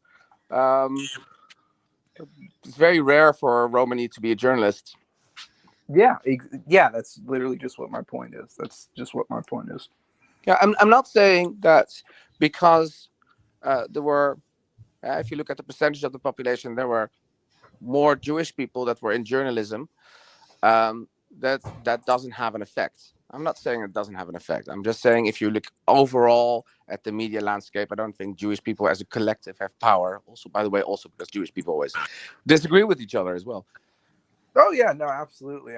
But they can usually agree on sort of anti-European nationalism. Well, I mean, like, no, I don't think they dislike European nationalism, but I do think they dislike if it's combined with anti-Semitism. So, I mean, like, just for self-preservation, you don't want to be supporting a team that wants to kill you. But, I mean, that's logical, right? Yeah, absolutely. But I think, I mean, anti-Semites and like racial nationalists have made such a shit show after the Second World War that whole idea of social Darwinism and anti-Semitism became so disreputable that nobody wanted to take it seriously for a time. I think that's more of a propagandized effect. Most Americans agreed with that for a while after World War II. What do you mean they agreed with what? With the sort of ethnocentrism. No, well, yeah, but not in the combination with anti-Semitism and also, by the way, imperialism. That's also what Hitler did. I think that became disreputable. Right, but I'm not speaking for Europe. I'm speaking for America, and like I'm just saying, majority of Americans agreed quite a bit with his sorts of ideals, just without the. Actually, I don't even know without the anti-Semitism. There's always been a lot of anti-Semitism in America. I don't. Sure. But even Henry Ford eventually supported the war efforts of the United States to defeat Germany. Well, because he was an American first, and yes. Well, yeah. I mean that's how it goes, right? Yes, that's what nationalism is supposed to be. But I think the whole idea, like Hitler, the massive destruction in Europe, just made that idea not very attractive for quite some time. And you can talk about propaganda, but also it comes from somewhere. So we didn't want to repeat of this horrible situation. Yeah, sure. But it's a self-fulfilling prophecy in many ways. By attempting to stifle it, it comes back nastier than ever, as we are seeing now. Oh, for sure. Well, I don't know. I don't think actually nowadays, actually, if you look now at YouTube censorship, and actually censorship in general, it's very particularly prevalent, particularly if you're talking about Jewish communities and their plights, let's say. What do you mean? What do you mean? Well, I don't see Al Jazeera censored on YouTube, or I don't see like anti-Israel slogans being censored. The only thing I see censored is that I can't say porn, or I can't say any of the other naughty words. Right, but the majority of anti-Israel sentiment on YouTube is coming from like a place of left-wing, not so much racial hatred, but imperialist hatred and. Yeah. And they are also very prevalent in the news. They're very prevalent in in the whole sort of culture industry. So I see these people having a lot of power, but just not Jewish communities at the moment. I just don't see it. Well, I don't know about what's it called. I don't know about in the traditional halls of power. I can't really find too much of like CNN or Fox News or any of these organizations really not supporting Israel, but in the more alternative veins of power, sure. Well, the BBC, British Broadcasting Network, I don't think they're pro-Israeli at all. Right. Major culture creator in England and Britain. I was under the impression it was doing pretty bad. It's been doing badly for a while. It's still among educated people. That's the source where people go to. Right. And I mean, CNN is a little bit lukewarm. They don't want to make too many statement one way or another. They want to be a little bit in the middle. Fox News is of course pro-Israel, but that's because also they have a very big evangelical supporter base. Right. Yes, of course. And the AIPAC money. Well, yeah, I mean, there's a lot of it there, but there's also a lot of organic support. I mean, the lever only works if it's like connected with Ukraine, and the fact that there's a pro-Israel agenda is only there because there are lots of people who support that agenda as well. Sure, but I feel like if you poll the majority of Americans support a ceasefire in Israel and Gaza right now, so I don't really think there are that many Americans that support what's going on currently. But can America stop it? I mean, it's like a one-nation state, so they can try, but it's quite difficult. Netanyahu seems to be going total cowboy, and he doesn't really care what any other country has to say at the moment. Yeah, it reminds me of a certain German man in the 40s, actually. Sorry? I said reminds me of a certain German man in the 40s, actually. Yeah, well, maybe a little bit, yeah. Indeed. Why won't machine a communist a liberal theory? I don't know. I think he has problems with his tech. Oh. And because I found out finally that he's a Muslim. Yeah, I'm here. Yeah, Packy. Yeah. George. Yeah. We don't like Packy. your country. We don't like your country. Allah Akbar. Yeah, we got him. See, we got him. All right, I'm gonna go watch George stream. Y'all have fun. All right. Bye, Lewis. But yeah, Claire. I mean, how do you define objective power? Well, I'm saying it can't be. It can't just be defined by how much you feel. Well, how do you define it? Well, I'm not saying talking there about is my no feelings. way. I'm not talking about my feelings. Okay, I'm saying you can't prove what you claim to have proven in an objective way, because somebody else can say. Well, what is objective power? I mean, objective would be 50%, 70%, 100%, that kind of objective power. And you can't. No, I think it's technologies that constitute in power. So that's the way you measure objective power, is who has control of the political institutions and the media. That's how you measure. Okay, so you're saying the banks, the political institutions, the media, these are all vehicles of objective power. And they're all manifestations of objective power. How could they not? Yes, and I'm saying Americans can run the banks, they run the media. Americans run the media. You're an American. Americans run the media in America. Is that what you just said? Yeah, America has a global empire. It runs the world. Well, there's six media companies. Somehow you're outsourcing all the bad stuff because you're an American. No, I'm not. The Jews that live in America control the media. The Jews that live in Britain control the media. Can you prove it? Yeah. I mean, just because they happen to be a Jew doesn't mean. Oh no! I can absolutely prove. I can absolutely prove it. Okay. So take the BBC. I can absolutely prove it. They have. There's 6 media companies. They're all owned by Jews. Listen, you have to let Connaught speak, okay? Well, instead of talking over him. I think it's just. I don't know. What's wrong with you, man? Like, do you have some kind of social problems or mental issues, ADHD? Okay, please don't. Great point. Autism or something okay, don't insult him and just get to the point. He has no point. He has no point. He has no point. His point is you're Muslim and you're mentally ill. Okay. He's a retard. No, I'm Okay, just wondering the why first you can't person let somebody to insult like, the other make a point. person gets kicked. Okay. So he just insulted me. So go ahead and kick him. Thank you. I didn't Let's hear move on it. with the conversation that we were having. Oh, I didn't at all insult him. I was just Yeah, you did. Rewind the tape. You just now insulted me. You said I have social problems and I'm mentally ill because I of was the points I'm asking making. if you had. That's I was gaslighting. asking if you had. That has nothing to Can we do with get the back to the discussion about how subject, Jews have please? objective power. You tard.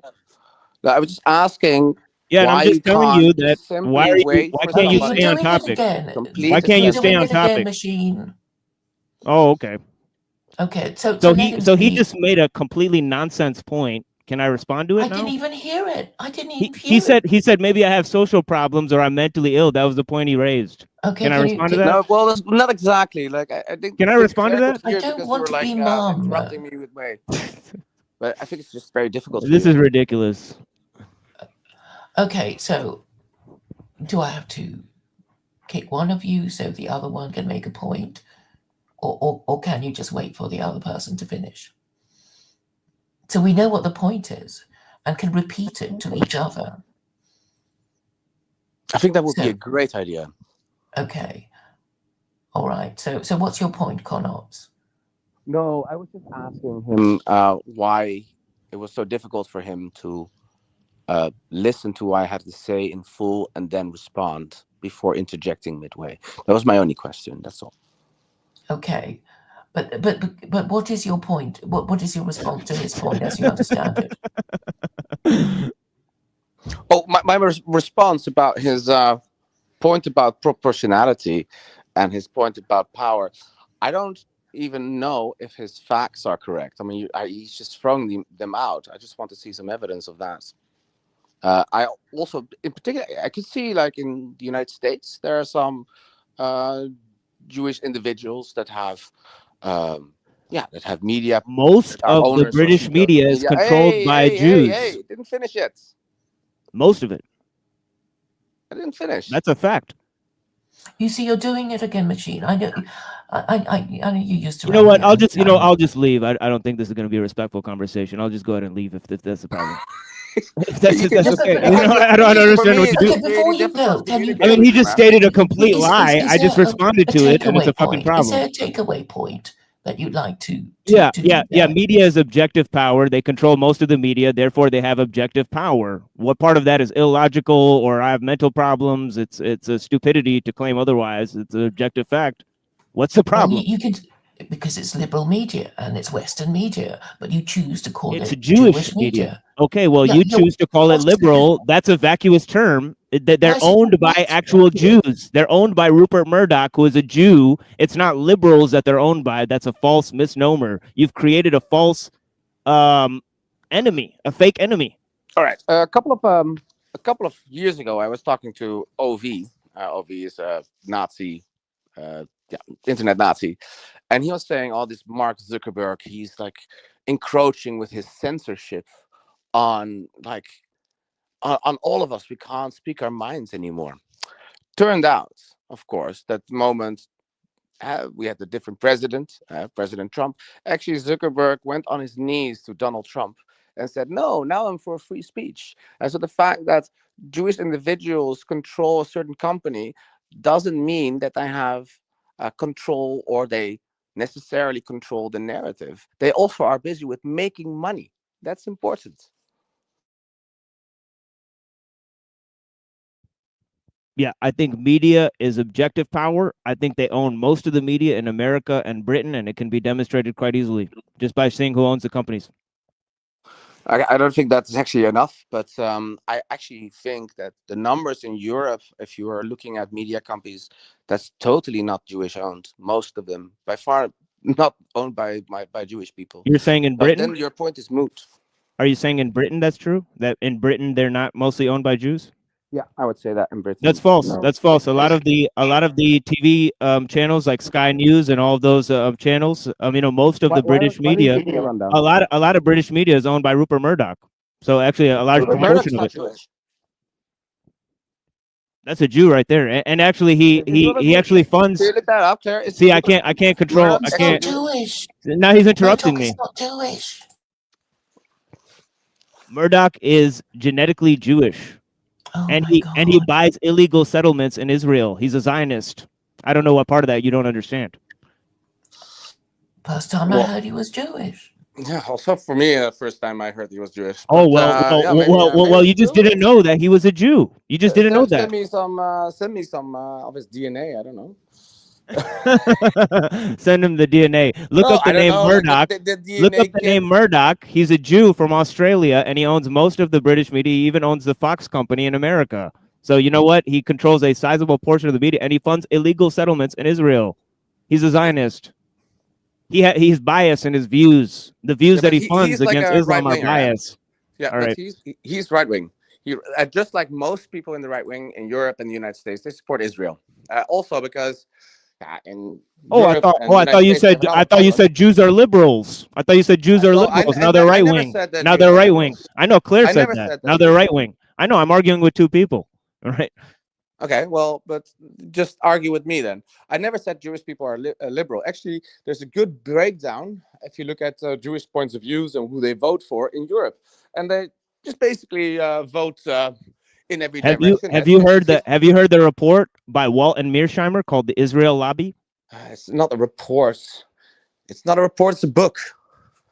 Yeah. What does it say about Jewish power and objective power that Jews have in the U.S.?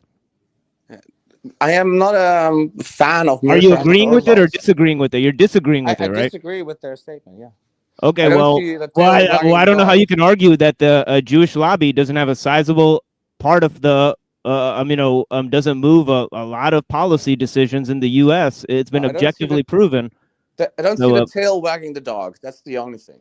They of course, they have lobby powers, as does the Cuban lobby. Oh, so they do have power. So they do have objective power. Association. But also with the National Rifle Association, people on the left, they always say, like this rifle association, they make sure that the arms are everywhere. It's not true. People in the United States like their arms. Just like people in the United States, usually when they're conservatives, they're religious and they like Israel for religious reasons. Yeah, there are lots of Christian Zionists as well. Absolutely. They protest every day. Yeah, and that's not power. That's not power. Having a bunch of Christian Zionists under your control is no power beyond that, of course, at all. What's the voting block? In a democracy, you have to play to your base. I think I've made my point. I mean, the fact is, everybody wants a slice of Israel's ass, right? The Jews, the Muslims, the Christians. Will you tell me what you think objective power is, Claire? I think it's very simple. No, I don't think you can measure it objectively. Well, then why do you want to institute Sharia law if it's not objective power? If you can't measure objective power, I just think that would be a fool's errand, right? I don't know what Jewish power has to do with Sharia law. Would instituting Sharia law bring about a change in the objective power? Well, yes or no? Look, no, I can't answer your question because I barely understand it. So, if you won't give me the time to answer the question, then without interrupting me, I guess there's no point discussing It's your show. It's your show. I'll mute up. But you have this manner that is very annoying when people are trying to talk and you talk over them and you insult them. I'm muted right now. Okay, so Israel is fought over by Jews, Christians, and Muslims. And you mentioned Sharia. So Sharia, if Israel were to adopt Sharia, I think that would result in America adopting Sharia, because the Hamas Charter, Article 31, actually says we don't really want to kill all these Jews. They can live in Israel, but they have to adopt Sharia. That's what they said in Article 31. Is the old or the new charter? Did they have a new one? Well, they have two charters there when they established it, and then I think they revised. In in the 1980s. So I'm talking about the latest one. So Article 31 actually says, we don't really want to kill Jews. There might have been a terrible misunderstanding, and we don't like the way Western governments say that we want to exterminate them. So we're saying Jews and Christians and non-Muslims can live in Israel, but under Sharia. That's what it. Do you have time to look it up? Because I don't think you quite agree with me or trust me when I say that. Article 31. No, I don't have time to look it up for you, Claire. Okay, that's fine. Okay, so you'll take my word for it. And basically... yeah, for sure, for the second charter, yes. But the first charter said something else. But go ahead. Yeah. So I think that's actually quite a reasonable demand, because the Zionist narrative is that they want to kill us, they want to exterminate us, and I know they've said something like the utter destruction of Israel, but they only meant, I think, Israel as a political entity, as a secular state. So obviously they're going to replace the secular state of Israel with, this theocracy that they're proposing. And obviously, if this were ever allowed, and since really Israel is an American colony, America allowing Israel to adopt Sharia would mean eventually that America would adopt Sharia as well. So that's not going to happen without a big fight. I doubt it's going to happen, Claire. Yeah, I know. That's what I mean. Thank you for agreeing with me. But that is basically what it is, because, Hamas actually said Jews and Christians can live in under Sharia in Israel, under our government. Yeah, so for Muslims and for the Muslim Brotherhood, because you have to see Hamas is an extension of the Muslim Brotherhood, it was always a problem that Jews were the majority and they ruled. Under Islam traditionally, of course, Jews were always a protected minority. They were the people of the book. So that's why, other minorities sometimes were exterminated, but usually there were some exceptions, but usually Jews and Christians were not forcibly converted. And that's, I see that as in line with their sort of ideology, although maybe over time there's become so much hatred that that's not possible anymore. Yeah, that's part of their, one of the reasons Islam is called an imperial religion is that it is always thinking about how to deal with non-Muslims, because it expects to deal with them as conquered countries and conquered peoples, etc. So not so sure about that, Claire. In one way, I think that Muslims, actually, if you look at the Quran, they never expected to have so many sort of like different people in their empire. So that's why they had all these like vague terms that refer to the polytheists, and they even have like special names for the Zoroastrians. Like they didn't know how to tolerate them because they didn't know in which category they fitted. That's why the different schools of Islamic law had different solutions for them. So, for example, the Hanafi school, which primarily was the Ottoman Empire, of course, but also in India, they were usually much more tolerant. But if you look at the Maliki, and that's usually in Morocco, how do you call that area again? North Africa, of course. They were less tolerant. And the Hanbalis were, in particular, very intolerant. So it depended a little bit on the school of law, how they would deal with the minorities. Yeah. As Nietzsche said, interpretation is a function of power, not that of truth. And different groups of Muslims in different parts of the world will, interpret them either liberally or very harshly, depending on, who their leader is. Which is actually very helpful for secular Quranism, because I'm saying, Who was that? I don't know, somebody called John, and then he went. Well, he was a lurker, and he was probably, I don't know, got cold feet and just left. Or got bored with the conversation. Yeah. But basically, everybody wants Israel, and I'm sure that this was really, it's like, if you're a global empire and you want to have a kind of jewel in your crown, then obviously if you're one of the Abrahamic religions, if you're either Christian or Muslim, you'll want Israel. Right, and this is just sort of inevitable. So before, Britain had it was the Ottoman Empire, and then Britain briefly before it destroyed itself in 2 world wars, and then the Americans took over. I mean, that's how I see it. And obviously, once you have it, you feel for reasons of prestige, you have to hang on to it. But I think that there is some movement in that. Trump is saying, I'm going to kind of rearrange the American empire, because now he's saying, I just want the North, I just want Canada, which links to Greenland and the Panama Canal, and I'm just going to let the Europeans fuck themselves, because I don't care about them, and they never pay enough. This is like an alt-right's like wet dream. Like I think it's like the Monroe Doctrine, where America just completely dominates like the Western Hemisphere. But I think Greenland is like it's got a lot of natural resources. But does Denmark really?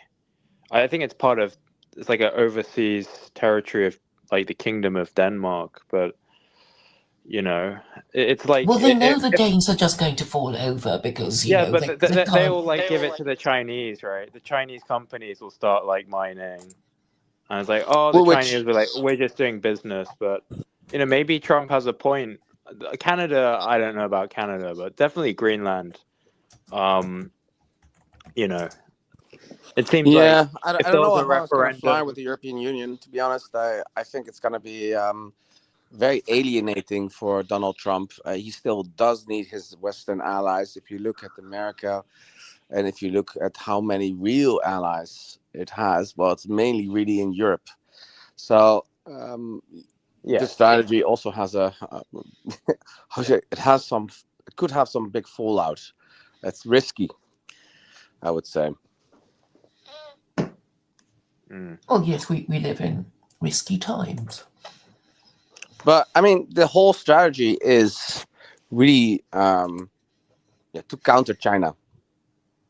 And I think Trump is really concerned that the United States in maybe the next 10, 20 years will not have the military power or the excess sea lanes to actually counter a threat from China. So that's why I think he's interested in Greenland, maybe also to be like a place to stock up on nuclear weapons, to be like a place where you keep your nuclear weapons as well.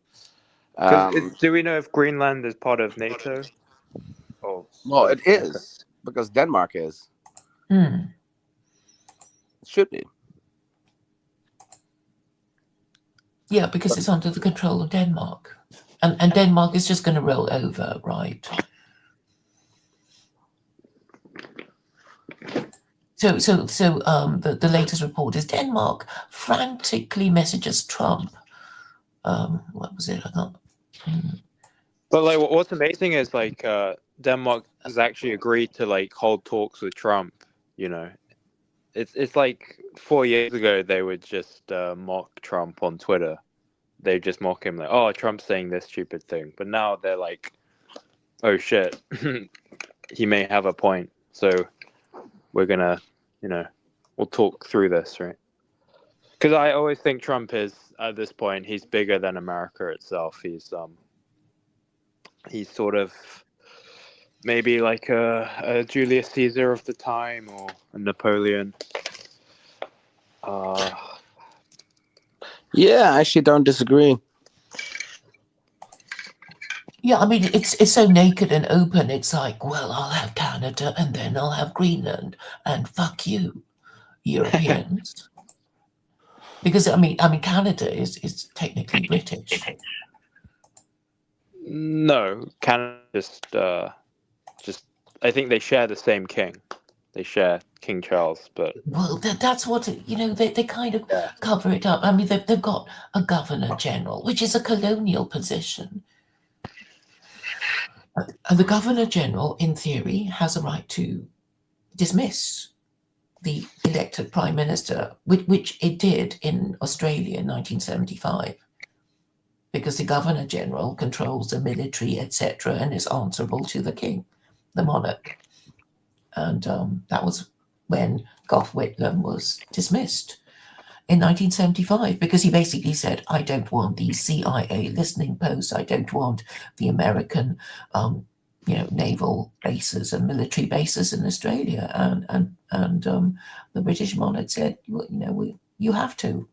And so that was what the constitutional crisis was about in 1975. I mean, basically, we're all owned by America anyway. They used to be more polite about it, like, "Oh, you're special. We have this special relationship." And then I noticed Obama, when he was doing this European trip, he was saying the same thing to all the other European countries. And I thought, special relationship, and then everybody got jealous. I do remember that as well. So they made the whole compilation about it, and then all the foreign leaders like, "Oh my God, I thought we were the special ones." But I do disagree with you on your point on the American empire thing. When the Iraq War happened, for example, Germany, France, they didn't want to cooperate. So it's not like they're satellite states. European countries make their own decisions. And if they really don't like this Greenland idea, that's going to be a problem for Trump.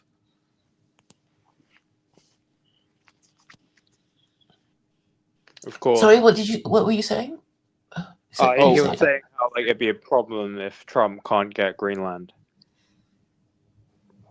Well, if the European countries are not on board, I mean, there is something as the European Union, and doesn't pull that much weight as America in military terms.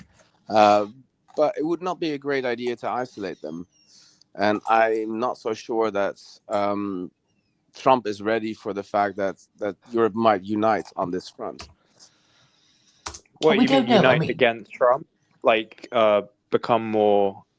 Become a competing power bloc with Russia, China, and America?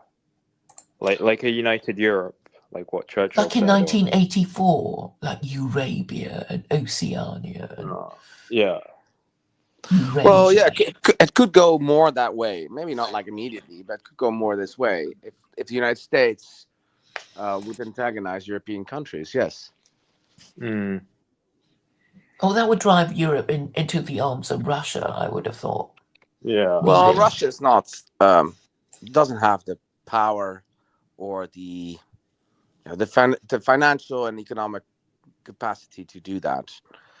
I mean, it's not Russia is no longer a superpower. They have nukes. They have a lot of nukes. Shitloads, yes. And also they're run by Vladimir Putin.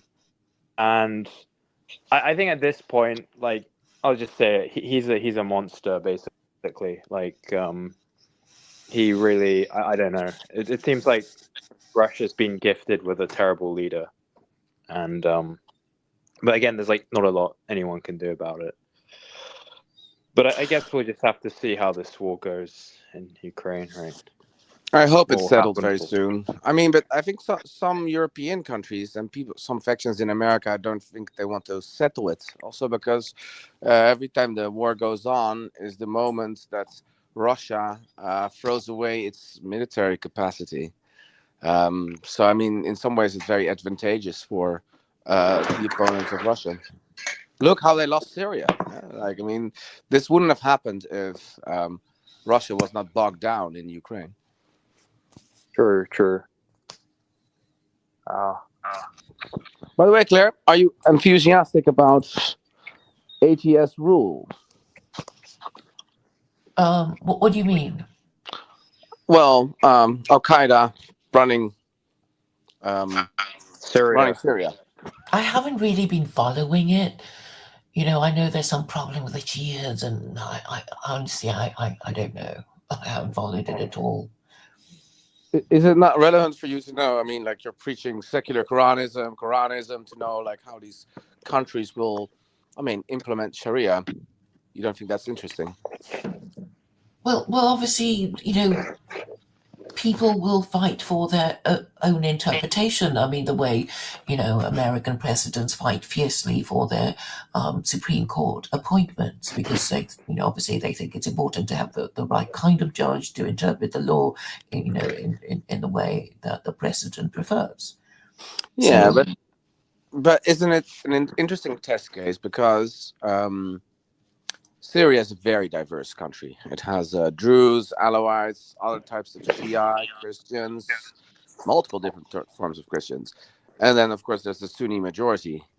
If they really want to rule it as a strict Salafi country, that's going to be very, very difficult.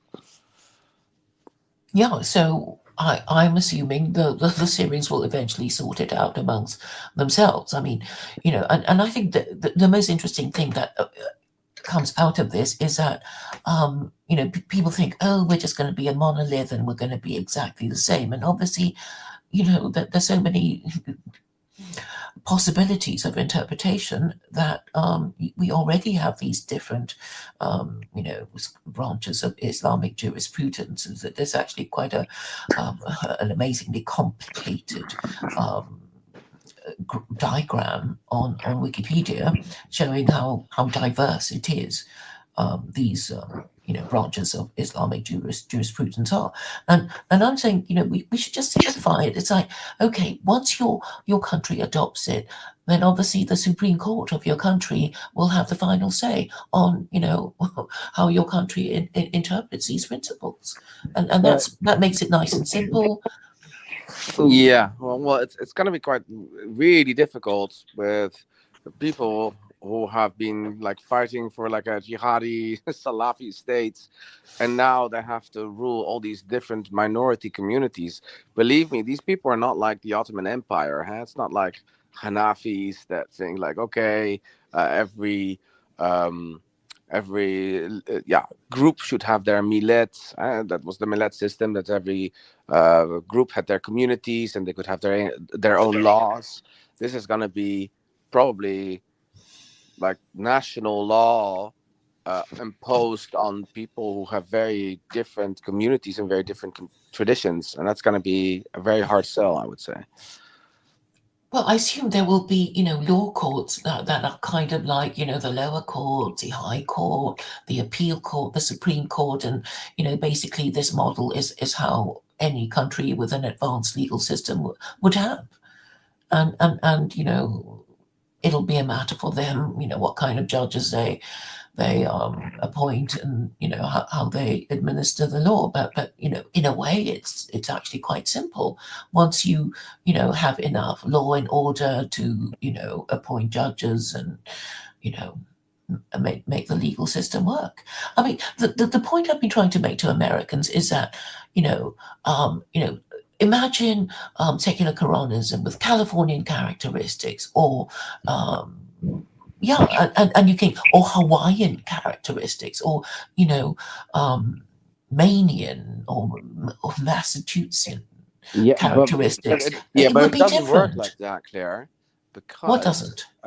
These communities are falling under one nation, and the problem is that this nation is so diverse that you either make the law in such a way that everybody could have their own traditions, but then you don't really have national law anymore, except for in certain cases, or you're gonna force it down people's throats, right? Because you can't say Syrian characteristics, because the characteristic of a Christian or an Alawite or a Maronites or, my God, a Shia or a Sunni, they're very different.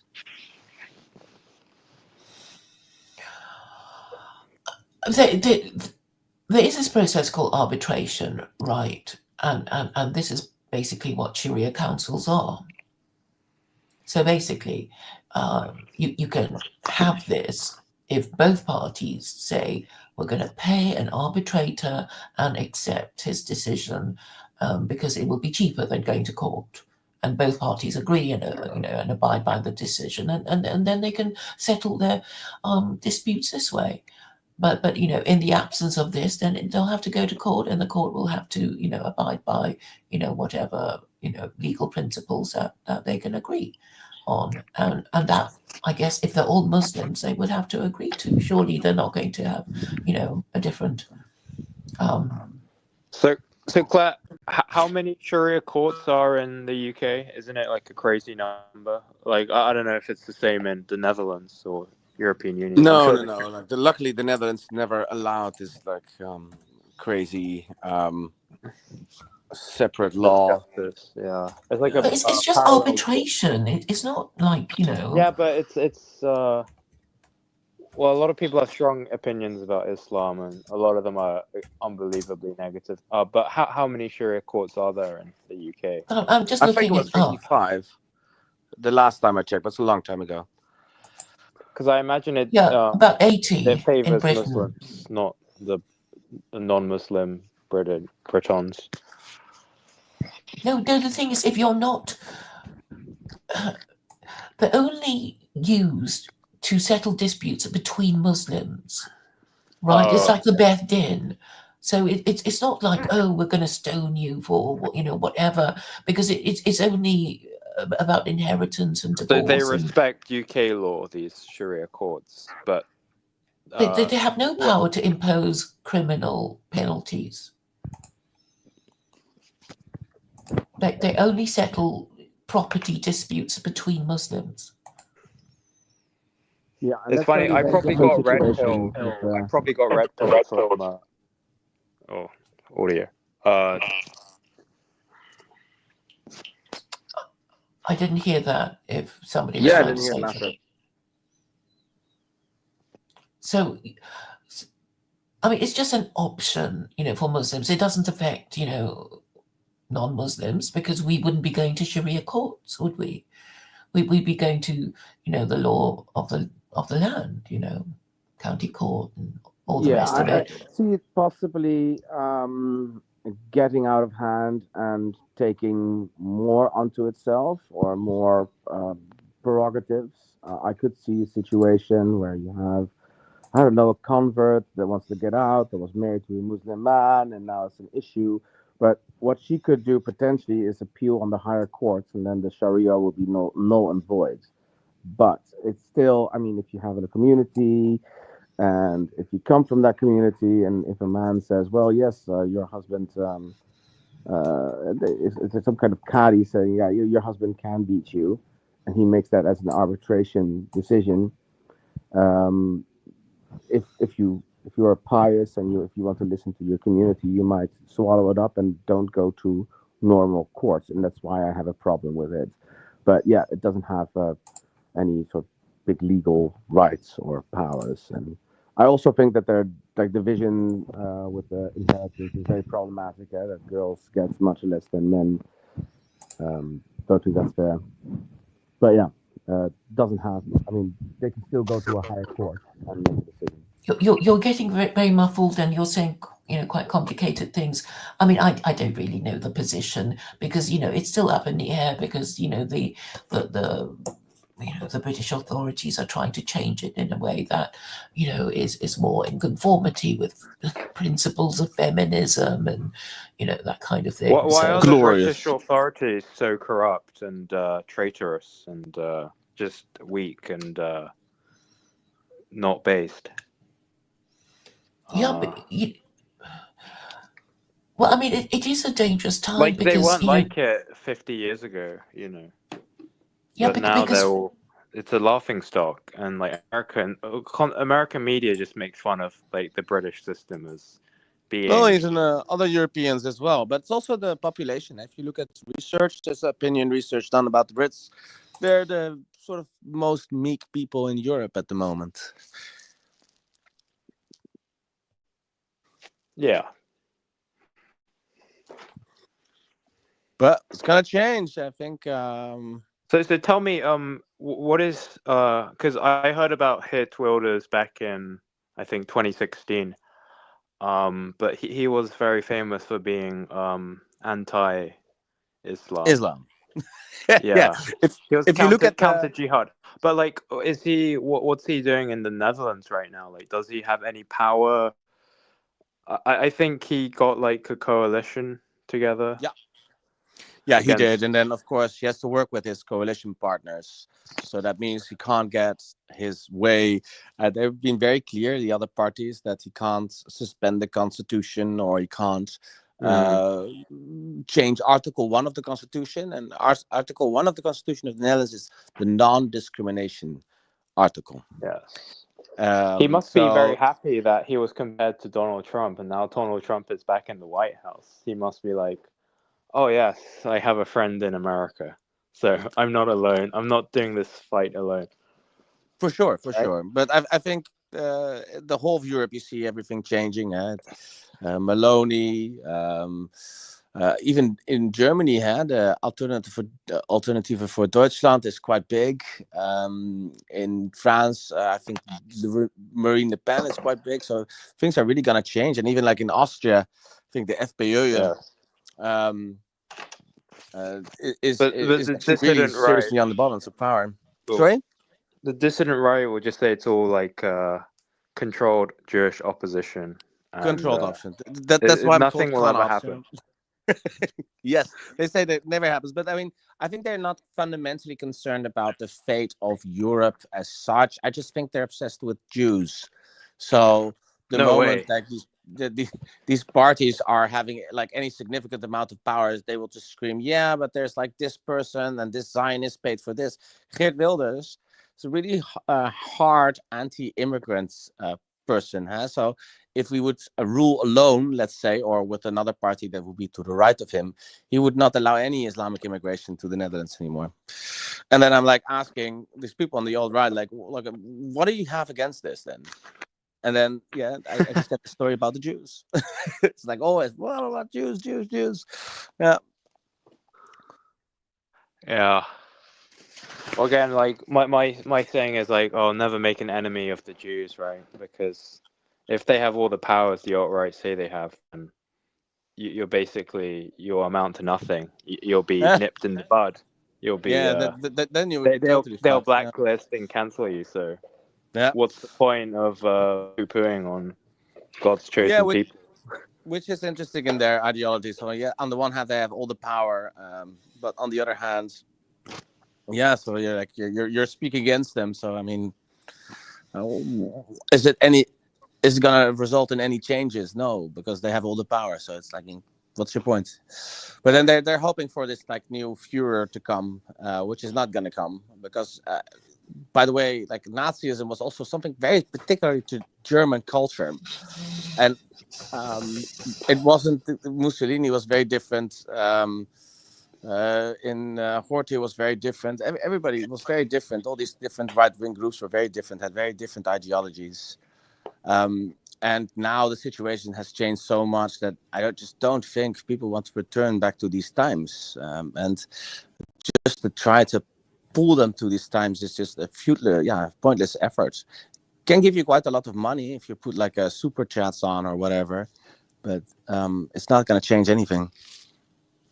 Very well said. No, it's like there's not going to be one person to save us, like definitely I don't think a Hitler will come back and, I don't know, reawaken Europe.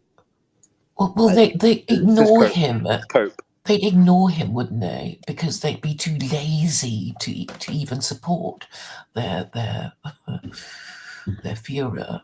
I mean, the apathy of these people is individualistic incredible. or addicted to Instagram or, or I don't know. I mean, they can't even argue with each other without blocking each other and giving up and, wanting to return to their echo chambers. But they're not up for, even discussing ideas. So, Your ideas, you mean? No, even with each other, they complain that, oh, in the good old days of YouTube, people would make a video about something, and there would be a response video, and then there would be people commenting on the response video and the subject. I think that will come back. back. They don't even do it. Because they're talking about Facebook, but they're getting rid of all the diversity, equity, inclusion.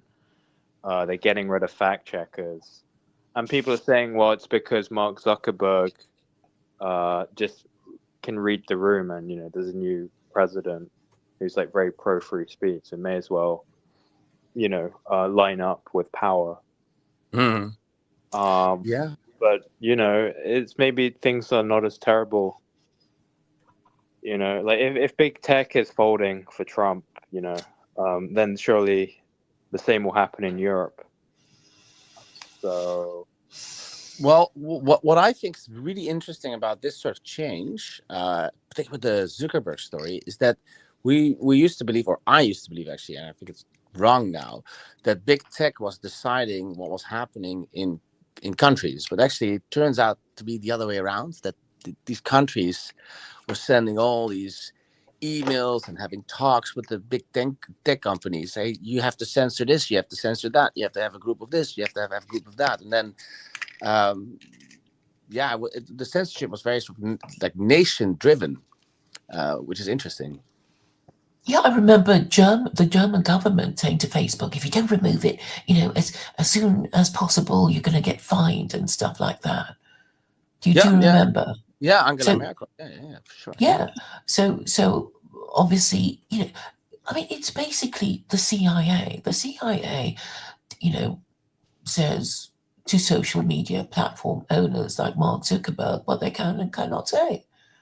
And I guess the CIA would be divided in itself between Biden supporters and Trump supporters, and I guess on this occasion the Trump supporters won. Yeah, but I don't think the CIA made that decision. I think it was the Biden administration. The people in the Biden administration were really approaching Twitter. This is what you need to do. And they instructed the CIA. I don't think the CIA makes these decisions themselves. Well, I've heard that basically on every social media platform, CIA operatives are embedded within the within the organization. I can well believe it, because if I were running the CIA, I'd want that to happen. But the CIA, that's how you control perception and opinion and everything like that. But I don't think that the CIA does really control perceptions, or I'm sure they try sometimes, but I'm not so sure how effective they are. It can't also be too much embedded. Can you imagine a scandal where a CIA operative would be like a journalist for a prestigious newspaper? That would be a scandal, right? Sorry, what would be a scandal? If there was a CIA operative that was a journalist, working for the New York Times or New York Post. Well, apparently the CIA own the New York Times. It's an open secret. That's what I've heard. I thought the Jews own the New York Times. I don't know. I've heard that one as well. Yeah. CIA, FBI. I don't know.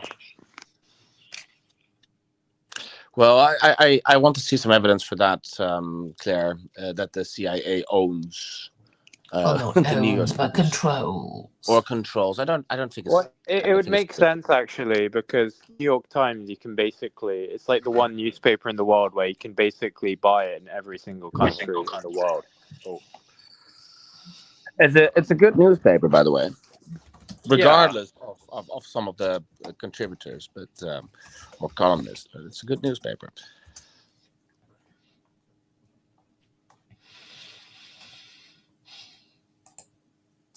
All right, guys. I think I have to go to bed because tomorrow my flight and I have to back. So it's been awesome to talk to you, Claire. It's been quite some time since we properly talked. And nice to meet you, Kirker. Was it Kirker Tolson? It's old. A pleasure awesome. meeting you, Canop. Yeah. All right. Well, have a good trip. machine learning, we will talk another time. I think I need a better microphone for him. That I can just shout over him. But my God, what a spurg! It was not even impossible to talk to him. For you to talk to him, it was wow. All right. Well, anyway, thank you so much, and have a great night. I say. Ciao, ciao. Okay. Bon voyage. And Bon goodbye. Bye, everyone, and good to meet you again, Cucker. We've met before. I go by Kalergi. We've spoken in the Richard report, but I did send you a message on Telegram. Oh yes. But yes. you didn't reply. Have you got my message, or I think maybe so. I was thinking I was a bit cold to even think of going anywhere, and I thought no. And I haven't been anywhere, so. Okay. But I'm glad you came and that we managed to chat. Yes. No, I left Richard's group, Black Pigeon Pill's group, because I thought the whole thing was poorly managed. And, well, he's being a bit aggressive. I've fallen out with him basically. So he's being a bit aggressive at the moment, isn't he? WhatsApp, Telegram. I can only communicate on Signal. But basically, the reason why I'm on this live stream is because I'm on this thing called The Cube, this Telegram group. But there was like a flame war between Petronius and Rich, and they were exchanging insults.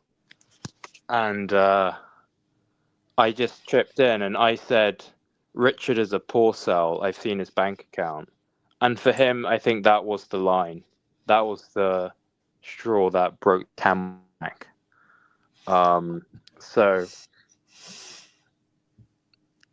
I don't know, but I just think he's too sloppy. He's too sloppy. He should actually have a argument, pick a side and stick to it, and just have some principles, and rather than just he seems to be lost. Well, many people seem to be lost and never make up their minds. Yeah, but again, I don't know. It's annoying. He just bullies me relentlessly, and I just had to leave the group. And but I understand he's met you, but I haven't met you IRL. But yeah, but I'm in Vincent Bruno's DMs, but that's good. I mean, we're kind of all linked, aren't we, in these different groups? Yeah. And maybe you're subscribed to this channel, so when it goes live, we can, talk again. I guess you'll remain a member of the TBG and be up for the next thing they have. Well, that's another thing.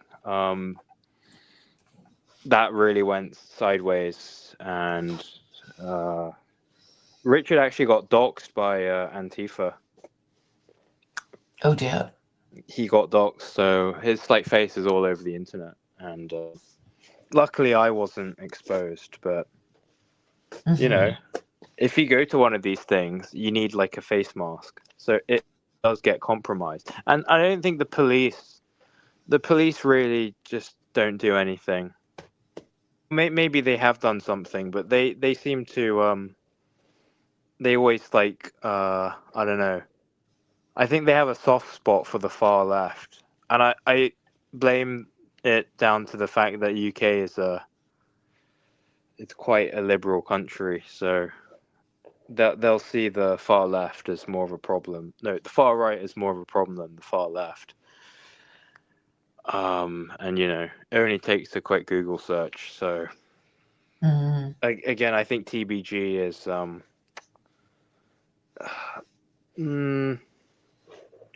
well, I don't know. I contacted Adam Tilbrook and I offered to be a witness, but apparently that didn't work. I Well, did tell he you wants this. the whole thing forgotten as soon as possible. I did tell you all of this. I think in another. I think. Yeah, there was this what do you call it? The dinner, right? The social, and it was crashed. Yeah. By Antifa. Gate crash. Yeah. Yeah, but and he didn't want to take it any further. Tilbrook I don't know. Mm-hmm.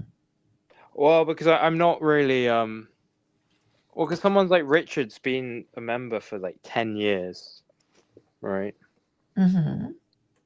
I mean, how long have you heard about it? So he has obvious seniority just by virtue of time and knowing Gregory Lord of Frost.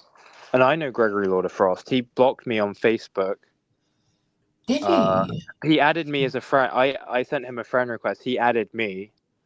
But then I started leaking Richard's messages because he was attacking me. He was saying, "Oh,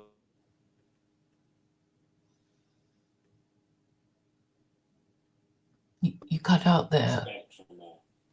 Sorry, I didn't really hear what you were saying. Well, I think he was trying to cover for me, but he was instead saying things that made me look worse. Okay. Which I consider libel. I consider defamation. Right? I mean, a text message is like a DM is like a letter. It's written down. It's writing on the wall. But yeah, so Gregory like blocked me without saying anything. Well, he's very sensitive. I mean, it seemed, well, to be honest, I'm more worried about the TBG, how it can recover from a PR disaster, really. Well, I think similar things have happened before, right? You know, every now and then, you know, they kind of rattle your cage and disrupt your meetings. But that's, could he say that? Could he say that again? I had some audio problems. I say every now and then, Antifa and similar organizations rattle your cage and show you who's who and what's what, and then they go away again, and you carry on with your meetings until the next time. But I don't see that okay. I've been before TBG. There were several incarnations of TBG, featuring the same people more or less. So it's just basically people who have this. It's a social club. That's what it is. It's not some underground revolutionary organization. It's obviously not. That's what I want it to be, because it's like a political thing, and I'd be very picky, and it would seem too serious. Well, I mean, they're all, kind of compromised. And I don't think they will be doing anything scary, I mean, they're so, what's the word? Well, disorganized. And also that they're not really up to discussing ideas. And, I have to say that I think at least the Muslims are trying. What shall we do? It was like, what shall we do? And they're, refining their methods and, trying to make their message better and more relevant and changing them. And, I see more progress amongst the Muslims and, with the dissident right. And, well, it may be something to do with their age. No, I think the Muslims will dominate.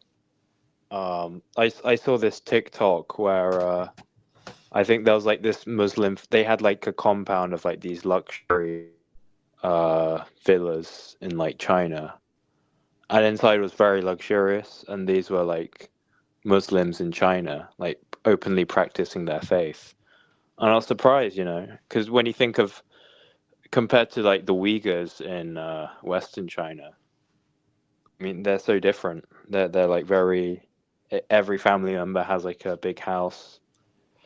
It's in like industrial. I don't know, but I mean, the point is like the Muslims. They have the positive birth rate. Well, yes. So it's a numbers game. Well, exactly. So if you have a religion, it means you're more likely to marry and, have children. And that is really the purpose of religion. That's why people, have a religion. And I've been trying to explain to people that this is what you need if you want to do anything about your birth rates. And whether you like it or not, that's how it's been, since humanity settled down in and stopped being nomads. I mean, and it's only the past 50 years that they've decided, we don't need to marry before we have children. We can all be gay and transgender, and it doesn't matter. It's unfortunately unavoidable. Yeah. Are you moderate? You're moderate. Does this go on YouTube? Yeah, it is on YouTube. Oh, right. We are live on YouTube. You didn't know. No, I don't think you said anything to. Well, I mean, you mentioned a few names, but it's like, well, it's nothing new, really, the whole thing. Can you send me? Oh yeah, I mean, it's actually. Are you in my Telegram group? No. Okay. Well, anyway, it would be on my Telegram group. So I'll do that. I mean, how did you get this anyway? Who gave it to you? Stephen J. James gave it to me. Oh, right. Okay. I guess it would have been him because he's the only one I gave it to. Right. Okay. I'll send you the YouTube link and you can look at it. I mean, alrighty. Anything else before we go? Great show as always, Claire. Appreciate everything you do. Thank you, Kalergi. Take care. Good night. Okay, take care. Bye. Bye.